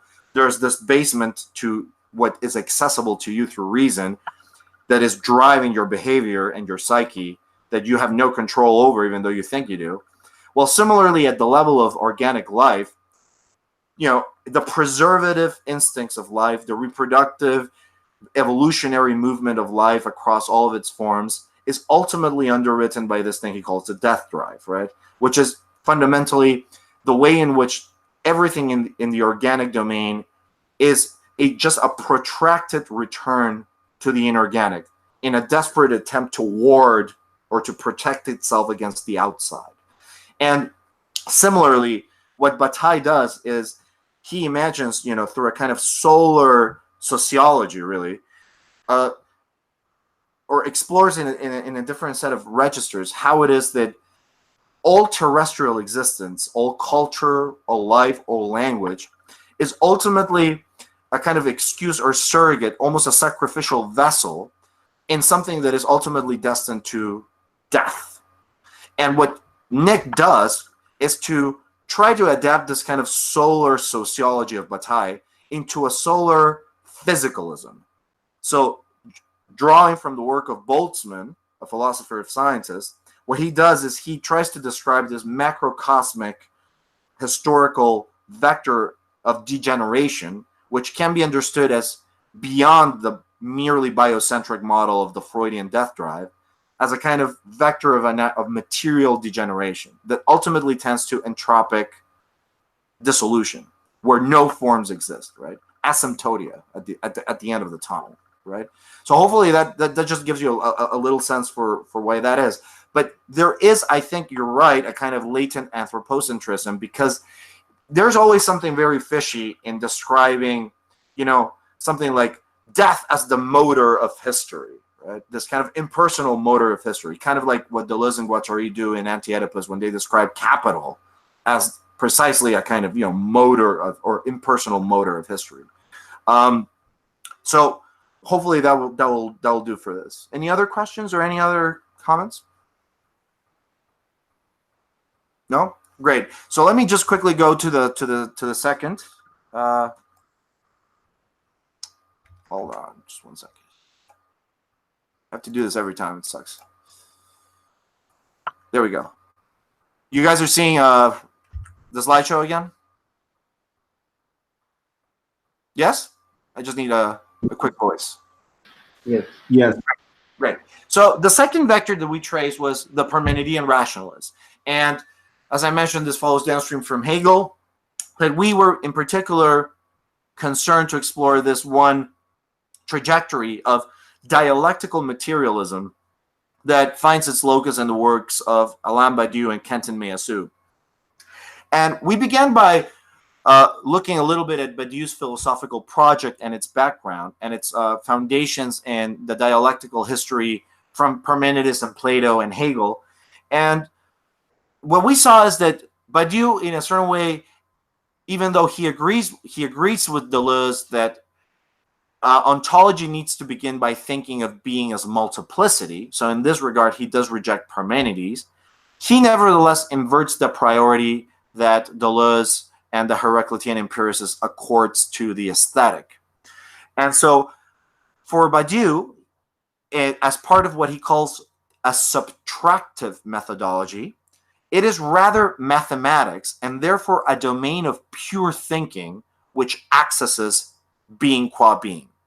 And this leads, as some of you might know, those of you who have read Badiou, to the thesis that ultimately mathematics is ontology. Now, this might seem like a rather strange thesis, but it has several iterations in the history of philosophy. Obviously, you're all, or some of you might be familiar with the classical Pythagorean thesis, which is the idea that mathematical objects are not abstractions, but they are actually in the last instance the only items that populate reality. And when you do something like an algebraic mathematics, you are simply describing space and time, the structure of space and time. And this would be, of course, reiterated in the modern legacy under Descartes, and Badiou has its own version of this thesis.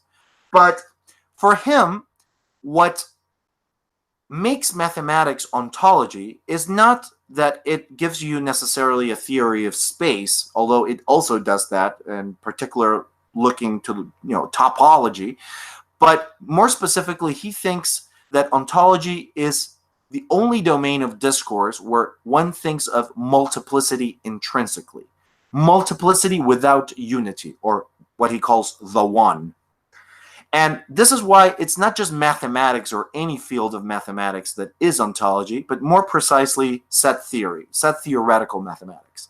Because set theoretical mathematics for Badiou is inherently the thinking of the pure multiple as such. And what philosophy does in relationship to mathematics is meta-ontology. Philosophy thinks about how to map the formal ideography of mathematics, in this case of set theory, to the perennial concepts that organize philosophical discourse. So the concept of being and presentation, knowledge, subjectivity, you name it. And one of the things that we saw was that this question of how you coordinate mathematical vocabularies or formalized languages to the domain of presentation or the domain of being in general was methodologically finicky for Badiou. So Badiou wants to say that mathematics, and set theory in particular, thinks the being of every empirical situation, whether it be a political situation, an artistic situation, an amorous situation, or a scientific situation. So ontology has this degree of generality. It thinks the being or the multiple being of every situation. And we don't have time to really go into why he thinks that set theory has this particular role, but again, it has to do with the idea that set theory and axiomatized set theory thinks multiplicity inherently, multiplicity without the one. And one of the problems that we came out with by reading Badiou was that the coordination between mathematics and the world depended on this agency of philosophy as a kind of exception. So what you needed was the philosopher to come over and do this meta-ontological series of analogies that tell you how you're supposed to be reading these mathematical axioms and formula and proofs. So those of you who are familiar with Badiou's work, systematic ontology or meta-ontology, the way it goes is he basically simply traces the development of the axiomatic framework of Zermelo-Frankel set theory, and he progressively maps these theorems and axioms to all kinds of political, artistic, amorous, historical situations, etc. Right?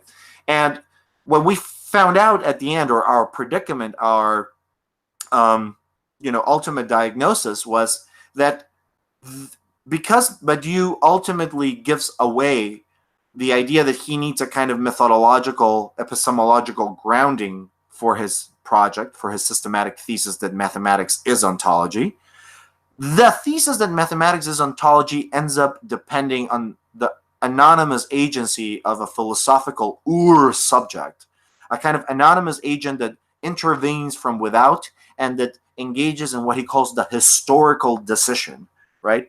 Which is simply just splits the history of ontology in two and affirms that ontology is multiplicity and that the one is not. And this is the point, I think, in which Badiou's project reveals not only its rationalist and materialist endowments to the work of Althusser, Lacan, Hegel, etc., and Marx, but its Sartrean voluntarism at the heart of it.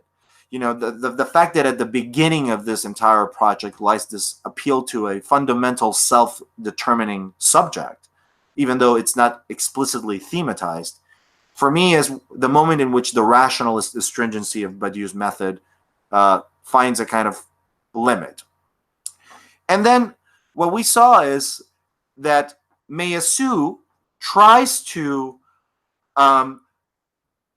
escape from this arbitrariness, and I'm sorry, I think that the alignment there got a little wonky in the formatting, but you should be able to read it. And in any case, I will send the slideshow, the PowerPoint later out in the chat window and by email, so you can all look through this. But what we saw is that Meillassoux tries to resist this kind of blunt voluntarism of the Badiouian axiomatic method or decisional method, right? And what he wants to do is to actually prove the idea that mathematics has an ontological purchase. And he does so by rekindling the valences of the dialectical and speculative methodology. So he actively calls his own program speculative materialism.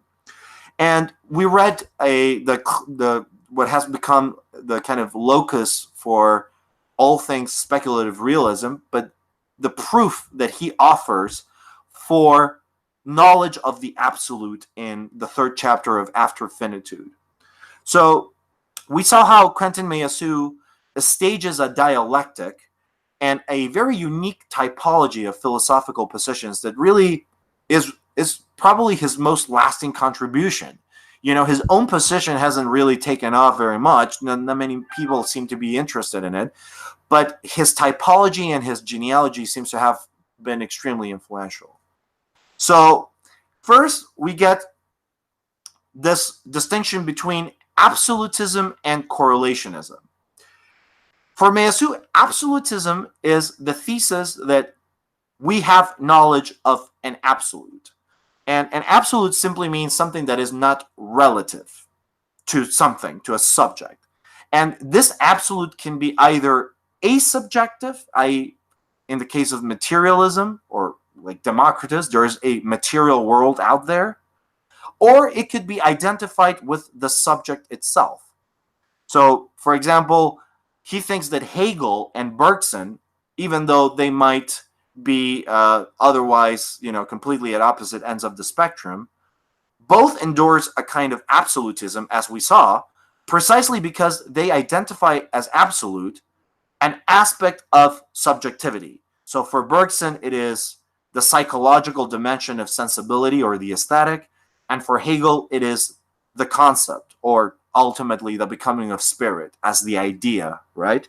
But the idea is what he calls subjectilism, which is more general than idealism, covers every variation according to which there is an absolute, but that absolute is identified with subjectivity or an aspect of subjectivity, whereas materiality describes an absolute that is precisely asubjective. And in contrast with this position, absolutism, Meillassoux describes what he calls correlationism, and which really is the Kantian breakthrough or the Kantian position. And that is the thesis according to which we cannot know whether there is an absolute or not, but only what appears to us as mediated by our capacities. So you can only know how things appear to you within the correlation, in correlation to yourself or to experience, but never how things are in themselves. That's, of course, the classical Kantian formulation of representation, right? Of the limits of representation.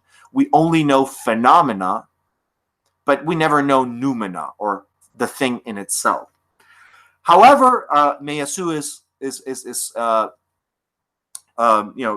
savvy to notice that there is a stronger version of correlationism, which he calls precisely a strong correlationism, which overlaps with what we have called the radicalization of critique, which rather than simply saying that we cannot know how things are in themselves, but only how they appear to us, they claim more radically still that one cannot even think of the in itself as being precisely as something being independent of ourselves. That, in other words, it's not only that we cannot know an absolute, but that the very idea of an absolute is incoherent or impossible. And so, for example, like the classical example here that I kept coming back to was Heidegger. So Heidegger recodes the Kantian distinction between phenomena and noumena in terms of what he calls the ontological difference. And for Heidegger, the ontological difference between being and beings is not just simply the difference between how things appear to you under knowledge, and the in itself as the thing in itself, which is outside. But it is more radically the distinction between the world as it is disclosed to Dasein, to existent human beings, in the wealth of its different modalities, practical, aesthetic, conceptual, and this radical withdrawing reality, the being of beings, that is precisely not only not a thing, as Kant believed, but can never form the can never be the object of cognition or thought. It is radically other to thought. It's a radical otherness with a capital O, right?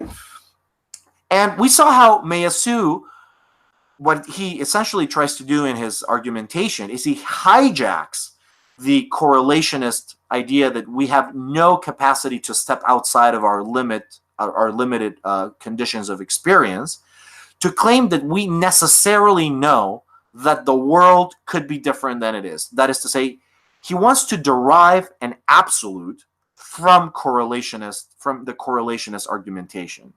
And this is what in the slideshow I just simply summarized in this way. I say that he wants to prove that the lack of knowledge about why things appear to us in the way they do is just knowledge of the capacity of the in itself to be other than it is. So I should say this. For Meillassoux, what is essential to the correlationist argumentation against absolutism, or one of the two most important aspects, is that it insists that on what it's called the facticity of thought. You know, for example, that all of our experience is mediated by our senses and by our intellect, by our discourse, but we do not know why this is the case. Like, you cannot have an actual, let's say, foundational a priori knowledge of why there should be 12 categories for Kant, or why should time and space appear to us in the way that they do. It just happens. Experience is given to us in this way. And the idea is, because for the correlationist, there is this lack of reasons to show why things appear to us the way they do. What Meillassoux then does is absolutize this epistemic limitation, we can't find reasons for how things are the way they appear, into a positive ontological principle. Things could be other than what they are. And the reason why he thinks that is a good inference is because, according to the correlationist, the idea that we cannot find a reason for how things are or appear to us cannot be relative to ourselves. Because if it was only relative to ourselves that we cannot find a reason for why things are the way they appear, then the idealist would still have the upper hand. The absolutist idealist would still have the upper hand. Because they would claim that the lack of reasons for knowing how things appear is only for us. That there is, in other words, no outside the for us. That the for us is absolute. So he thinks that the capacity of things to be other is absolute. That we can know that it is in itself. So that is an incredibly sort of wonky proof. And one of the things that we saw this obviously in more substantive detail. It's a long dialectic that he follows. But ultimately, where we came out of this was that, yeah, the proof is really not a very good one, right? That in the end, it turns out to conflate different things, and Meillassoux simply assumes that we know that we could be other than we are, that we have knowledge about our own mortality, and he needs this knowledge of ourselves to be other than what we are, and not only the incapacity for us to find out the reasons why things should appear in order for the proof to go through, but that's precisely what he cannot assume. Like, strictly speaking, his methodology rules it out, but he turns out to presuppose it. And so this derivation of the absoluteness of contingency, the fact that things could be other than what they are, he then leverages to have a theory, to try to go back to the Badiouian idea of formal languages or mathematical languages as ontological in scope, and develops this theory of what he calls the kenotype, the meaningless sign. And very much like Badiou, the idea there is simply that formal vocabularies or languages are ontologically perspicuous. They have an ontological role, just insofar as they are indifferent to the norms of natural language, sensibility. They think of a pure domain of being which is unmediated by experience.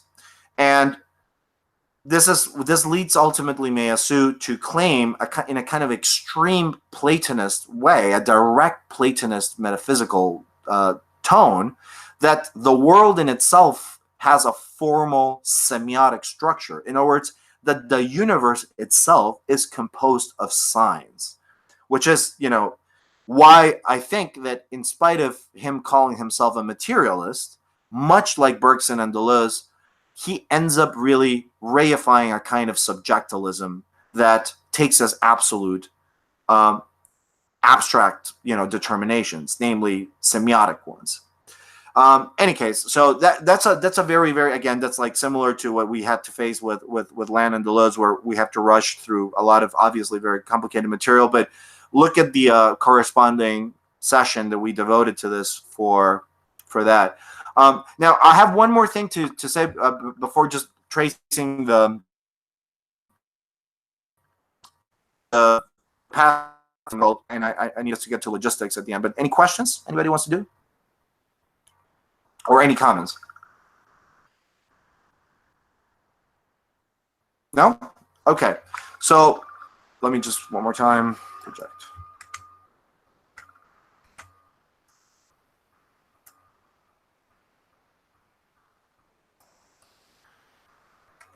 All right. So we're in the PowerPoint, right?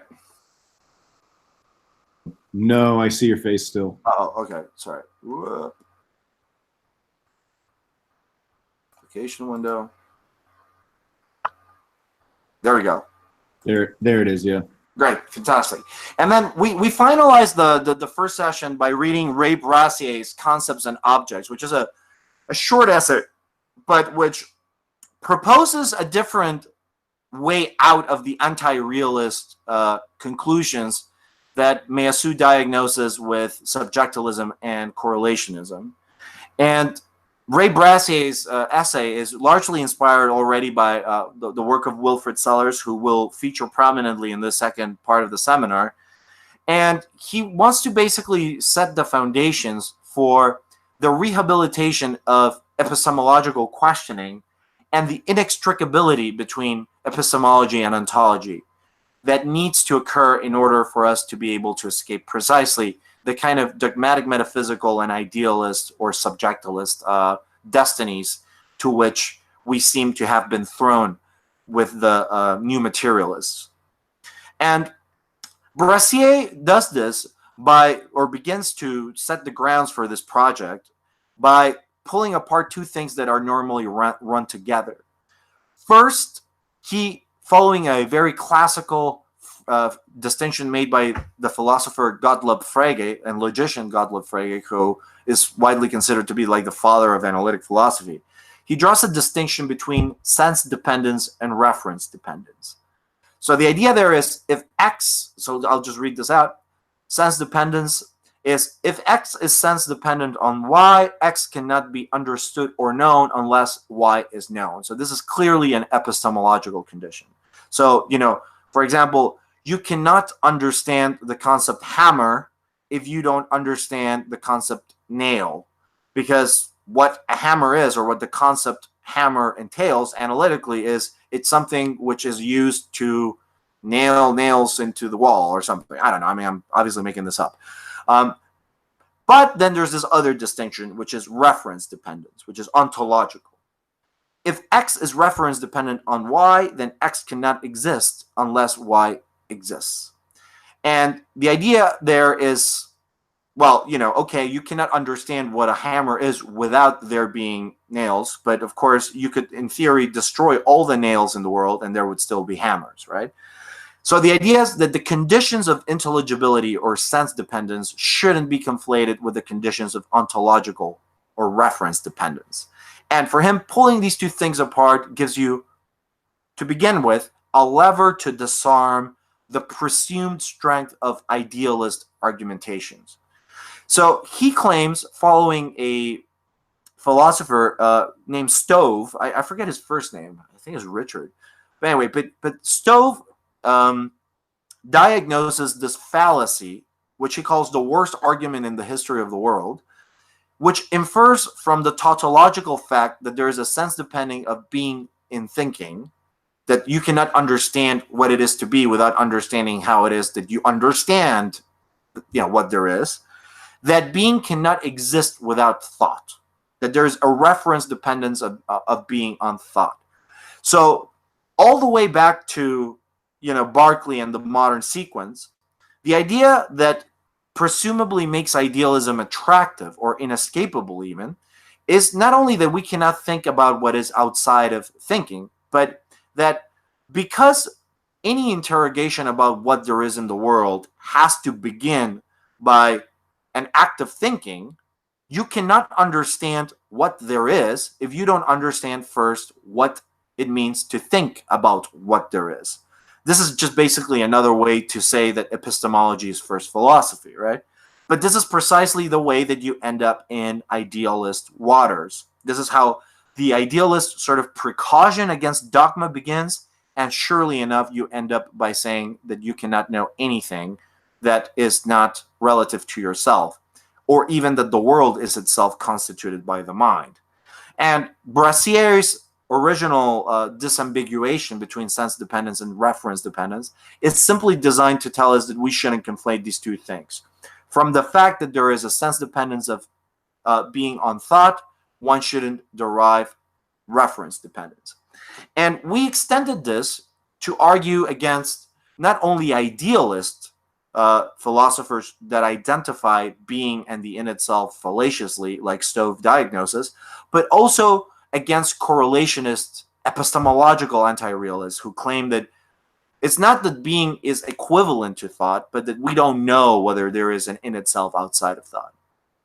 So the way we did this was it's by simply extrapolating these two principles. A, from the fact that being cannot be conceived irrespective of thinking, which is tautological, it does not follow that being must necessarily be unlike the way it is conceived. So the idea that Heidegger thinks that because there is a difference between thinking and being, or between the way that the world is as mediated and the world in itself, or being as such, it doesn't follow that being cannot be conceived in analogy with the determinations of thought. So that's the first point to make. And that's what is called the factualist fallacy, or what I call the factualist fallacy, and that, which in its formulaic version is this. From the fact that being could be different than how it appears to thought, the correlationist derives that being could not be as it appears to thought. So that to think that correspondence could obtain is necessarily the result of a paralogism, or illegitimate transposition. But this is precisely, as we will see, a fallacy. And this is a fallacy that not only Brassier wants to call into question by calling into this disambiguation between sense and reference dependence, but it is something that is elaborated positively by Wilfrid Sellars. And Sellars will want to say that, yes, there is a difference between the in itself and thinking, and how things appear and how things are in themselves. But this doesn't mean necessarily that the in itself is unknowable or unthinkable, or that you cannot conceive of the in itself in analogy or in correspondence with the determinations of thought. And that idea is the key to, I think, unraveling the puzzle of the crux between metaphysics and epistemology that will guide us in the weeks to come. So this is really that answer, and that specification of that possibility is what we will be devoting ourselves to in the weeks to come. And this involves both going beyond the new materialist attempts to, overcome critique by retrieving potentials from the empiricist and rationalist modern legacies in a new way, but also in a way it is to repeat Kant in relationship to empiricism and rationalism. As you know, Kant was credited for having somehow thought of a possible resolution between empiricism and rationalism, modern empiricism and rationalism. And this is basically what I want us, the path that we will follow. So from the Heraclitean empiricists, we salvage the idea that the aesthetic and sensory receptivity provide a crucial interface between thinking and world, while rejecting the idea that the endowments of sensibility can be directly identified with materiality, right, like Bergson does, or that we have direct aesthetic intuition into being. For as we shall see, the reality, sorry, that was a typo, the reality of appearances is no more transparent to us than anything else is. From the Parmenidean rationalists, we salvage the idea that the formalization of the idea allows for thinking to dig beneath the fabric of appearances so as to capture the nature of a reality that is intelligible but distinct from what sensory experience immediately presents to us. We reject, however, the surreptitious ontologization of mathematical vocabularies at the expense of explaining the relation between sensibility and natural languages and the realm of the ideal. In other words, what we want is to preserve the idea that, yes, thinking and formalization gives us a way to dig beneath what simply appears to us, but at the same time, we must resist the surreptitious ontologizing of, say, Cermello-Frankel mathematization of said theory, which simply eschews the role that sensibility plays and the distinction between mathematical vocabularies and empirical vocabularies.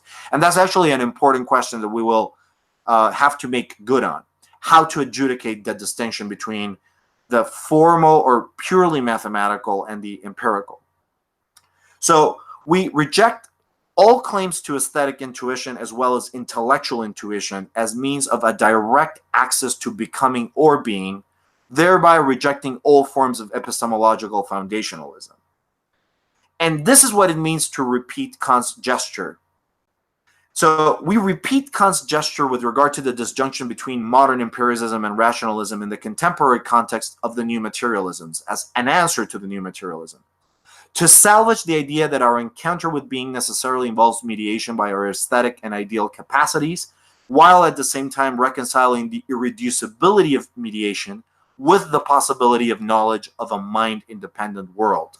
So, in a certain way, the project that we are about to undertake is very directly identifiable with already what was attempted in the immediate neo-Kantian response to German idealism, which was an attempt to not only naturalize Kant, or to try to see how Kant could be updated through the findings of the latest natural and social sciences, right? Biology, neurophysiology for Helmholtz, or later with Brentano and everybody else, psychology. But furthermore, how it is that we can reconcile the scruples of critique, the idea that we need to investigate the conditions of possibility of access to being before we can just simply do metaphysics, without relapsing into the epistemological skepticism or anti-realism that was generated in the original Kantian predicament. So this is really the spirit of the Sellarsian project, and the thinkers that we will be encountering in many ways, even though some, a good chunk of them are not Sellarsians or indebted to Sellars directly, but that is the core of the project that we will be looking at, which will weave themes from the analytic and continental traditions. So the course is structured roughly in the second part of this course is structured in two parts: the return to the abyss and the revenge of reason. So for the next and for seconds and third weeks, we will be returning to the predicament, to the moment in which the critical method and Kant's epistemological venture meets this kind of critical point, which sets the entire saga that I have been describing for you in a very sort of protracted way until today. And this is the point which both Heidegger and Land identify as the moment in which modern philosophy finds something of a crisis. And this is the moment of Kant's discovery of the noumenon in the very beginning of the critique of pure reason, of the first critique. right when he's attempting to articulate his theory of the faculties, and thus the theory of representation, his representational theory of experience.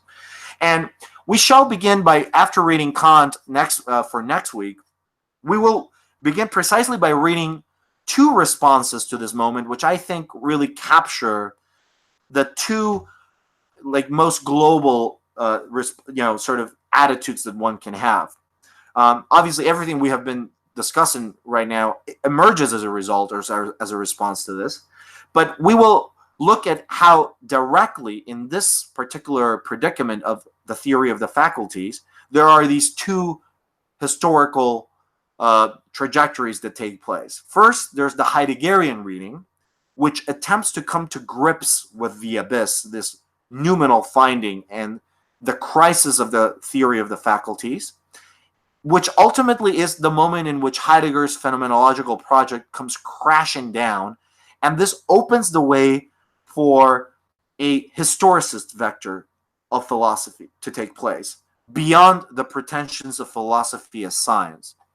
And second, we see Wilfrid Sellars dealing with the same problem and articulation, who, rather than simply call it a day and say, okay, game over, all we can do is really step outside of the idea that philosophy could be science, even in its phenomenological form, and we have to basically, engage in a kind of protracted negotiation with the forms of metaphysics that we have carried over, blah, blah, blah.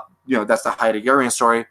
Sellars, what will try to do is re-articulate the problematic of the faculties by trying to more precisely figure out what is metaphysically overlating there in Kant. So both Heidegger and Sellars agree that in the Kantian apparatus, there seems to be a kind of metaphysical, overdetermination, which is responsible for the crisis that Kant undergoes, and that ultimately he recoils from. But the idea is, Heidegger thinks that the only authentic way to cope with this crisis is to go back to the abyss and to simply call it a day. Game over. Sellars, on the other hand, wants to say that no, there is a way out of the abyss. And this is what I call the revenge of reason. It is the way in which, not like Nick Land diagnoses, you can have a kind of fake recoil that is simply a scandalized sort of reaction, a protective reaction or reflex that simply avoids to cope with the consequences of what happened in this fateful moment, but that genuinely achieves a kind of resolution of or reconciliation of the possibility of a constructive epistemology. And this is the revenge of reason, and this is the bulk of the course, which will cover weeks all the way from 4 to 8. And it will be basically a response to the Heideggerian, but also, as we saw, the Landian response. I mean, one of the things we saw when we were reading Land is that, surprisingly enough, even though they're both extremely dissimilar, indeed, they are almost diametrically opposed, Heidegger and Land share very similar diagnosis of what happens in the Kantian moment, right? And in order to do this, in order to show how this revenge of reason takes place that takes us away from the abyss, there are two poles that become complementary, part of a singular articulation within the Sellarsian horizon of what he calls a naturalized Kantianism. And that is a functionalist theory of cognition, or the inextricability between, on the one hand, a functionalist theory of cognition, and on the other hand, a realist theory of knowledge. So a functionalist theory of cognition that decants the metaphysical overladenness from Kantian's theory of the faculties, and a realist theory of knowledge that escapes the skeptical and anti-realist conclusions yielded by the critical method. Those two poles are the heart of the constructive project that we're going to try to elaborate. And in order to do this, to see how these two things come together, we shall be reading a series of texts by a variety of authors from Sellars until today, which cover also quite a broad philosophical terrain from both the analytic and continental traditions, but also across a variety of different registers and approaches. Not all of which are, again, squarely allotted to the Sellarsian trajectories, but even looking at people like Gabriel Catren, Reza Negarestani, and others. So that's the short elevator pitch. I'm sorry that was still insufficiently clear, I'm sure, but time. Questions, comments, any before we get to the logistics? No? All good? Great. So, okay. As far as logistics go, so the readings all should be in the classroom, so just go with that. Now, for next week, we're beginning again with Kant. So we're reading the transcendental analytic and the transcendental deduction that is part of it. I would also recommend very strongly that you read the transcendental aesthetic. Now, for those of you who are unfamiliar with Kant's critique, the first critique, there are two editions or two versions of the critique, normally called A and B. And you might think you can just skip A and just read B, but it's important that you read both, because it turns out that everything that what I was just discussing as the problem of the faculties and how Kant, sort of reaches a kind of methodological crisis has precisely to do with how he negotiates two versions of the transcendental deduction. And so it's very important that you read both side by side. Now, a proviso. The first few weeks, so weeks 2 and 3, which begin with the Kant, the readings are extremely difficult, okay? And it's got to get very difficult also down the road. Both the Sellars and the Heidegger that we are going to be reading for week 3 are very, very difficult texts, and Kant's text is no slouch. It's very hard, and it's very dense. So what I ask of you is a little bit of patience at the beginning, because it is the most sort of hardcore philosophy bit that we need to get through in order to be able to open up this wider field of questions and bring together a wider set of concerns to bear. But going back to Kant is important because that's where everything happens, okay? And what I would really recommend that all of you do is that you start reading the Heidegger and the Sellars already, because those texts are pretty hard. It's specifically the Sellars selection from Science and Metaphysics, which is the first lecture from his Locke lectures. It's a very, very hard essay, and I will of course be helping everybody to make sense of it with PowerPoints and discussion. But that's just to begin with. We will then be visiting a wide and varied territory. Let me see if I can project the syllabus very quickly. I won't go through the whole syllabus because I would have to explain every text individually, and there's no point in doing that at this point because it will just simply not make much sense. But just to give us a feel for what we are doing, hold on. How do I do this? Oh, here we go.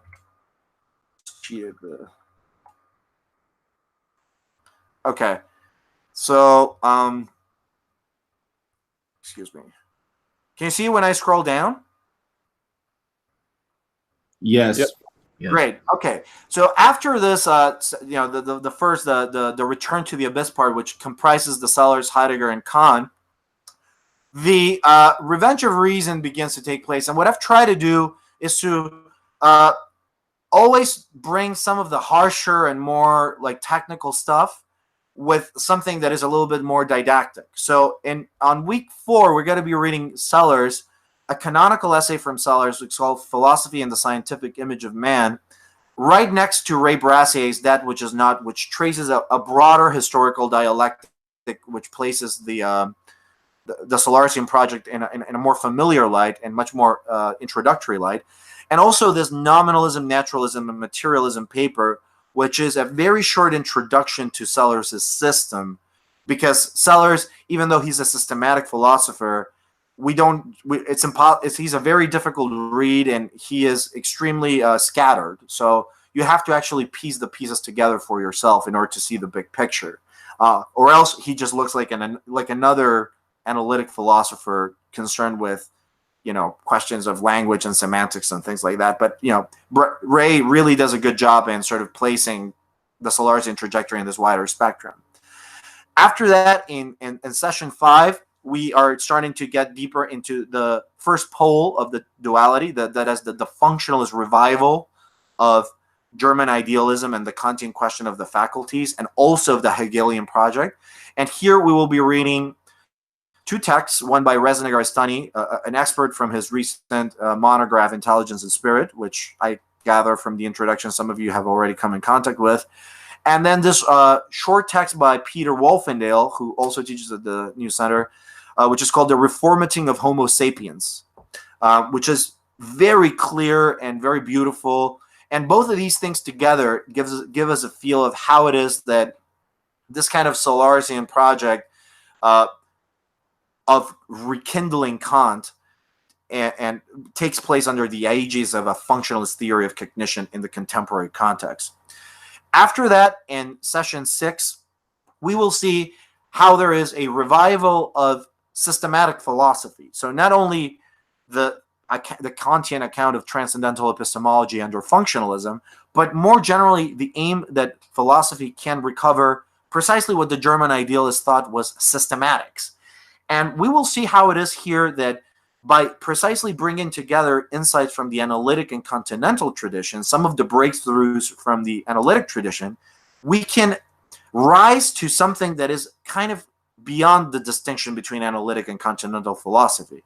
That is to say, beyond the disjunction between analytic specificity and continental, narrative systematicity, in order to see how it is that you can have something like have your cake and eat it, an incredibly rigorous concept of systematics. And this is why we're reading 2 texts for this, although I think I'm going to add something by Gabriel Catren there as a third text that I think is really, really interesting in its own right, even if it's not directly in the lineage of the other thinkers. But we're going to read Lorenz Puntel's first chapter from his monograph, Structure and Being, which is arguably the most underrated book in philosophy of the last 30 years. And then we're going to look at fragments from James Ladyman's Everything Must Go, which is a new systematic naturalist metaphysics, which brings together many of the insights from the mathematical Platonists that we will have read, or some of us read from the first part, with the ideal of empirical knowledge about the world. So how it is that you can, make good on the idea that mathematics and formal structures do gain traction on the world without simply ontologizing mathematics. Therefore, tracing a line between the empirical and the transcendental. And the next session, we will unfold, now that, having set the basic methodological parameters for functionalism and systematics, I will provide a account of thinking, which is largely indebted to Reza Negarestani again, and to the work of Robert Brandom, and in particular this essay where what he tries to do is he tries to give a theory of the different faculties that characterize sapient cognition by developing a series of abilities that are embedded with each other in a functional way. And Reza does a very similar thing in his attempt to speak of the forms of intuition that characterize experience. So this is like now going all the way, like trying to do Kant all over again, but like after having learned these new tools and these new, having gone through the motions. And finally, in the last session, we will be tackling this problematic of realism by looking at 2 texts, one by Jay Rosenberg and another by Johanna Seibt. This is the hardest part of the entire course, which is a reason why I left it for the very end. Sort of like, and we'll cross that bridge when we get to that. But we'll at that moment, I want to deal with a question that I think is really native to my own research, which is not only how we can rekindle the idea of functionalism and German idealism and systematic philosophy, but furthermore, how we can answer the Kantian skepticism and the anti-realist skepticism. So going back to the problematic of realism that we saw takes place with Meillassoux. Okay, so that's let me stop projecting very quickly. So I apologize for having been so quick. Any particular translation of Kant do you recommend? Somebody asked in the side. Well, there is a so I uploaded the Kemp Smith translation because it was the best PDF that I could find. Or actually, no, wait a second. Is it this Kemp Smith? No, it's the Cambridge edition. The Cambridge edition is the one that I uploaded. Because, yeah, and that's the best one, actually, in my opinion. It's not the most idiomatic, so it's, it's a little bit, it doesn't read very well, but it's the most rigorous. It's the most, the best annotated version. And you should find that in the classroom. Yes, the Hackett edition is good enough. I would try to stick to the PDFs as I upload them because I'm going to be making references to pages, and we're going to have to do some close reading at some points. So unless you can map the entire structure to the other edition, maybe. And also the translations can be a little bit divergent on the terminology. Specifically, some terms get very differently translated. So I would try to stick with that. Any other questions about this? No? Okay, so what I want to do just before closing shop is, Alan, are you there? Where's Alan? Yep, I'm here. Yes, so how many people, so I don't know, from the people who are currently in the room, I don't know who is enrolled right now, okay? So I know that some of you might be auditing, some of you might taking this for credit. There's just two people right now auditing. The rest are enrolled. Okay, so right now we won't go through this because it would take far too long. What I'm going to ask of all of you, please, is I'm going to send an email today, actually in a few hours, because I need to run an errand right now. But those of you who are enrolled can just answer me so that I know exactly who is enrolled. I also have a list, I'm sure, but I just want to make sure that who's going to be at the end of this. And then what we'll do is we'll try to coordinate a schedule for presentations for the weeks to come, beginning with next week, okay? So somebody will either volunteer or I'll pick somebody, I hate doing that. So somebody, to do the cons for next week for us. And other than okay, great. I'm seeing a lot of people respond about enrollment, but don't worry about saying this right now because, I will be sending an email for this and we will be scheduling. I will be making sure that we schedule for the rest of the week because I'm sure there's bound to be some movement in the class composition as well. In any case, the other thing, so after we're done with presentation scheduling, is the course involves a paper. A paper that, honestly, I'm not finicky about length. Those of you who took the course for the first part of the seminar will tell you that as long as you show engagement with the materials, you follow your own lines of thought, how it is that whatever it is you're reading and what we're talking about feeds back into your own projects, your own sets of concerns. I'm happy to do that. These don't have to be specialized philosophy papers that presume that you know exactly what's going on all the time. I understand very well that a lot of this might be not only new, but extremely obscure and terminologically loaded. And I understand because, trust me, I grapple myself with this stuff all the time and, it's not easy.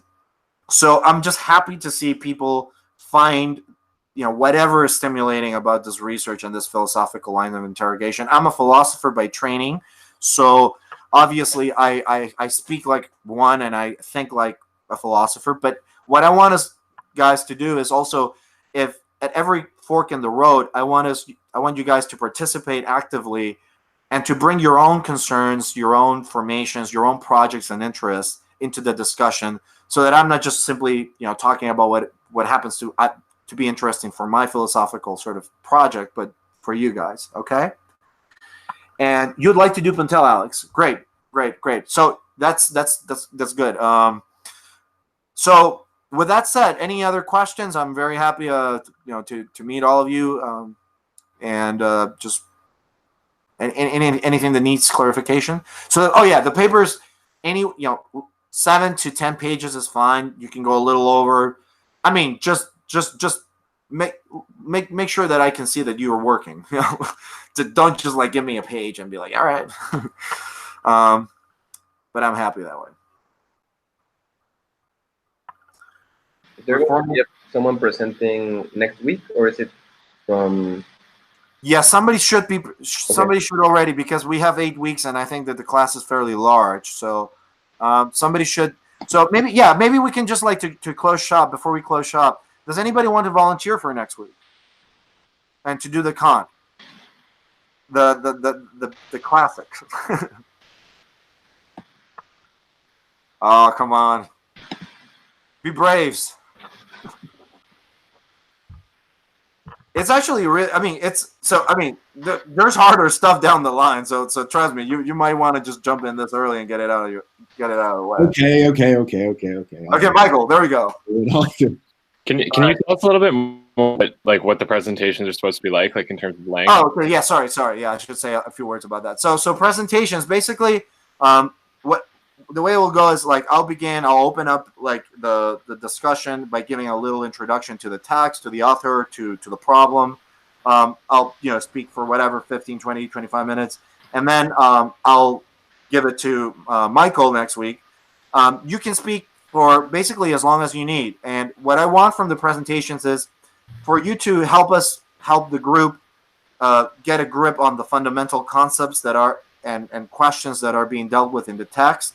And also any kind of thoughts that you might yourself want to feed off from there. But it's not as long as you just simply introduce the text for us, lay it out, and raise some questions for us to take from there. I'm very happy to do that. So any other questions or concerns? Yes, Michael. I'm sure you'll do fine. And also, if at any point any of you guys need any further help with the readings or presentations or anything you might be doing, if anything you're reading or revisiting from the previous from the first part of the seminar is not clear and you just need help because you can't follow, write to me. Everybody will tell you I'm very approachable. I'm happy to talk to you via Skype, via Facebook, via email, whatever. And to answer any questions, to clarify anything you might be wondering about. I'm always happy to geek out and talk more philosophy. It just makes me happy. So, with that said, that's all I have for today. So we good? Excellent. So have a good week, everybody, and read Kant.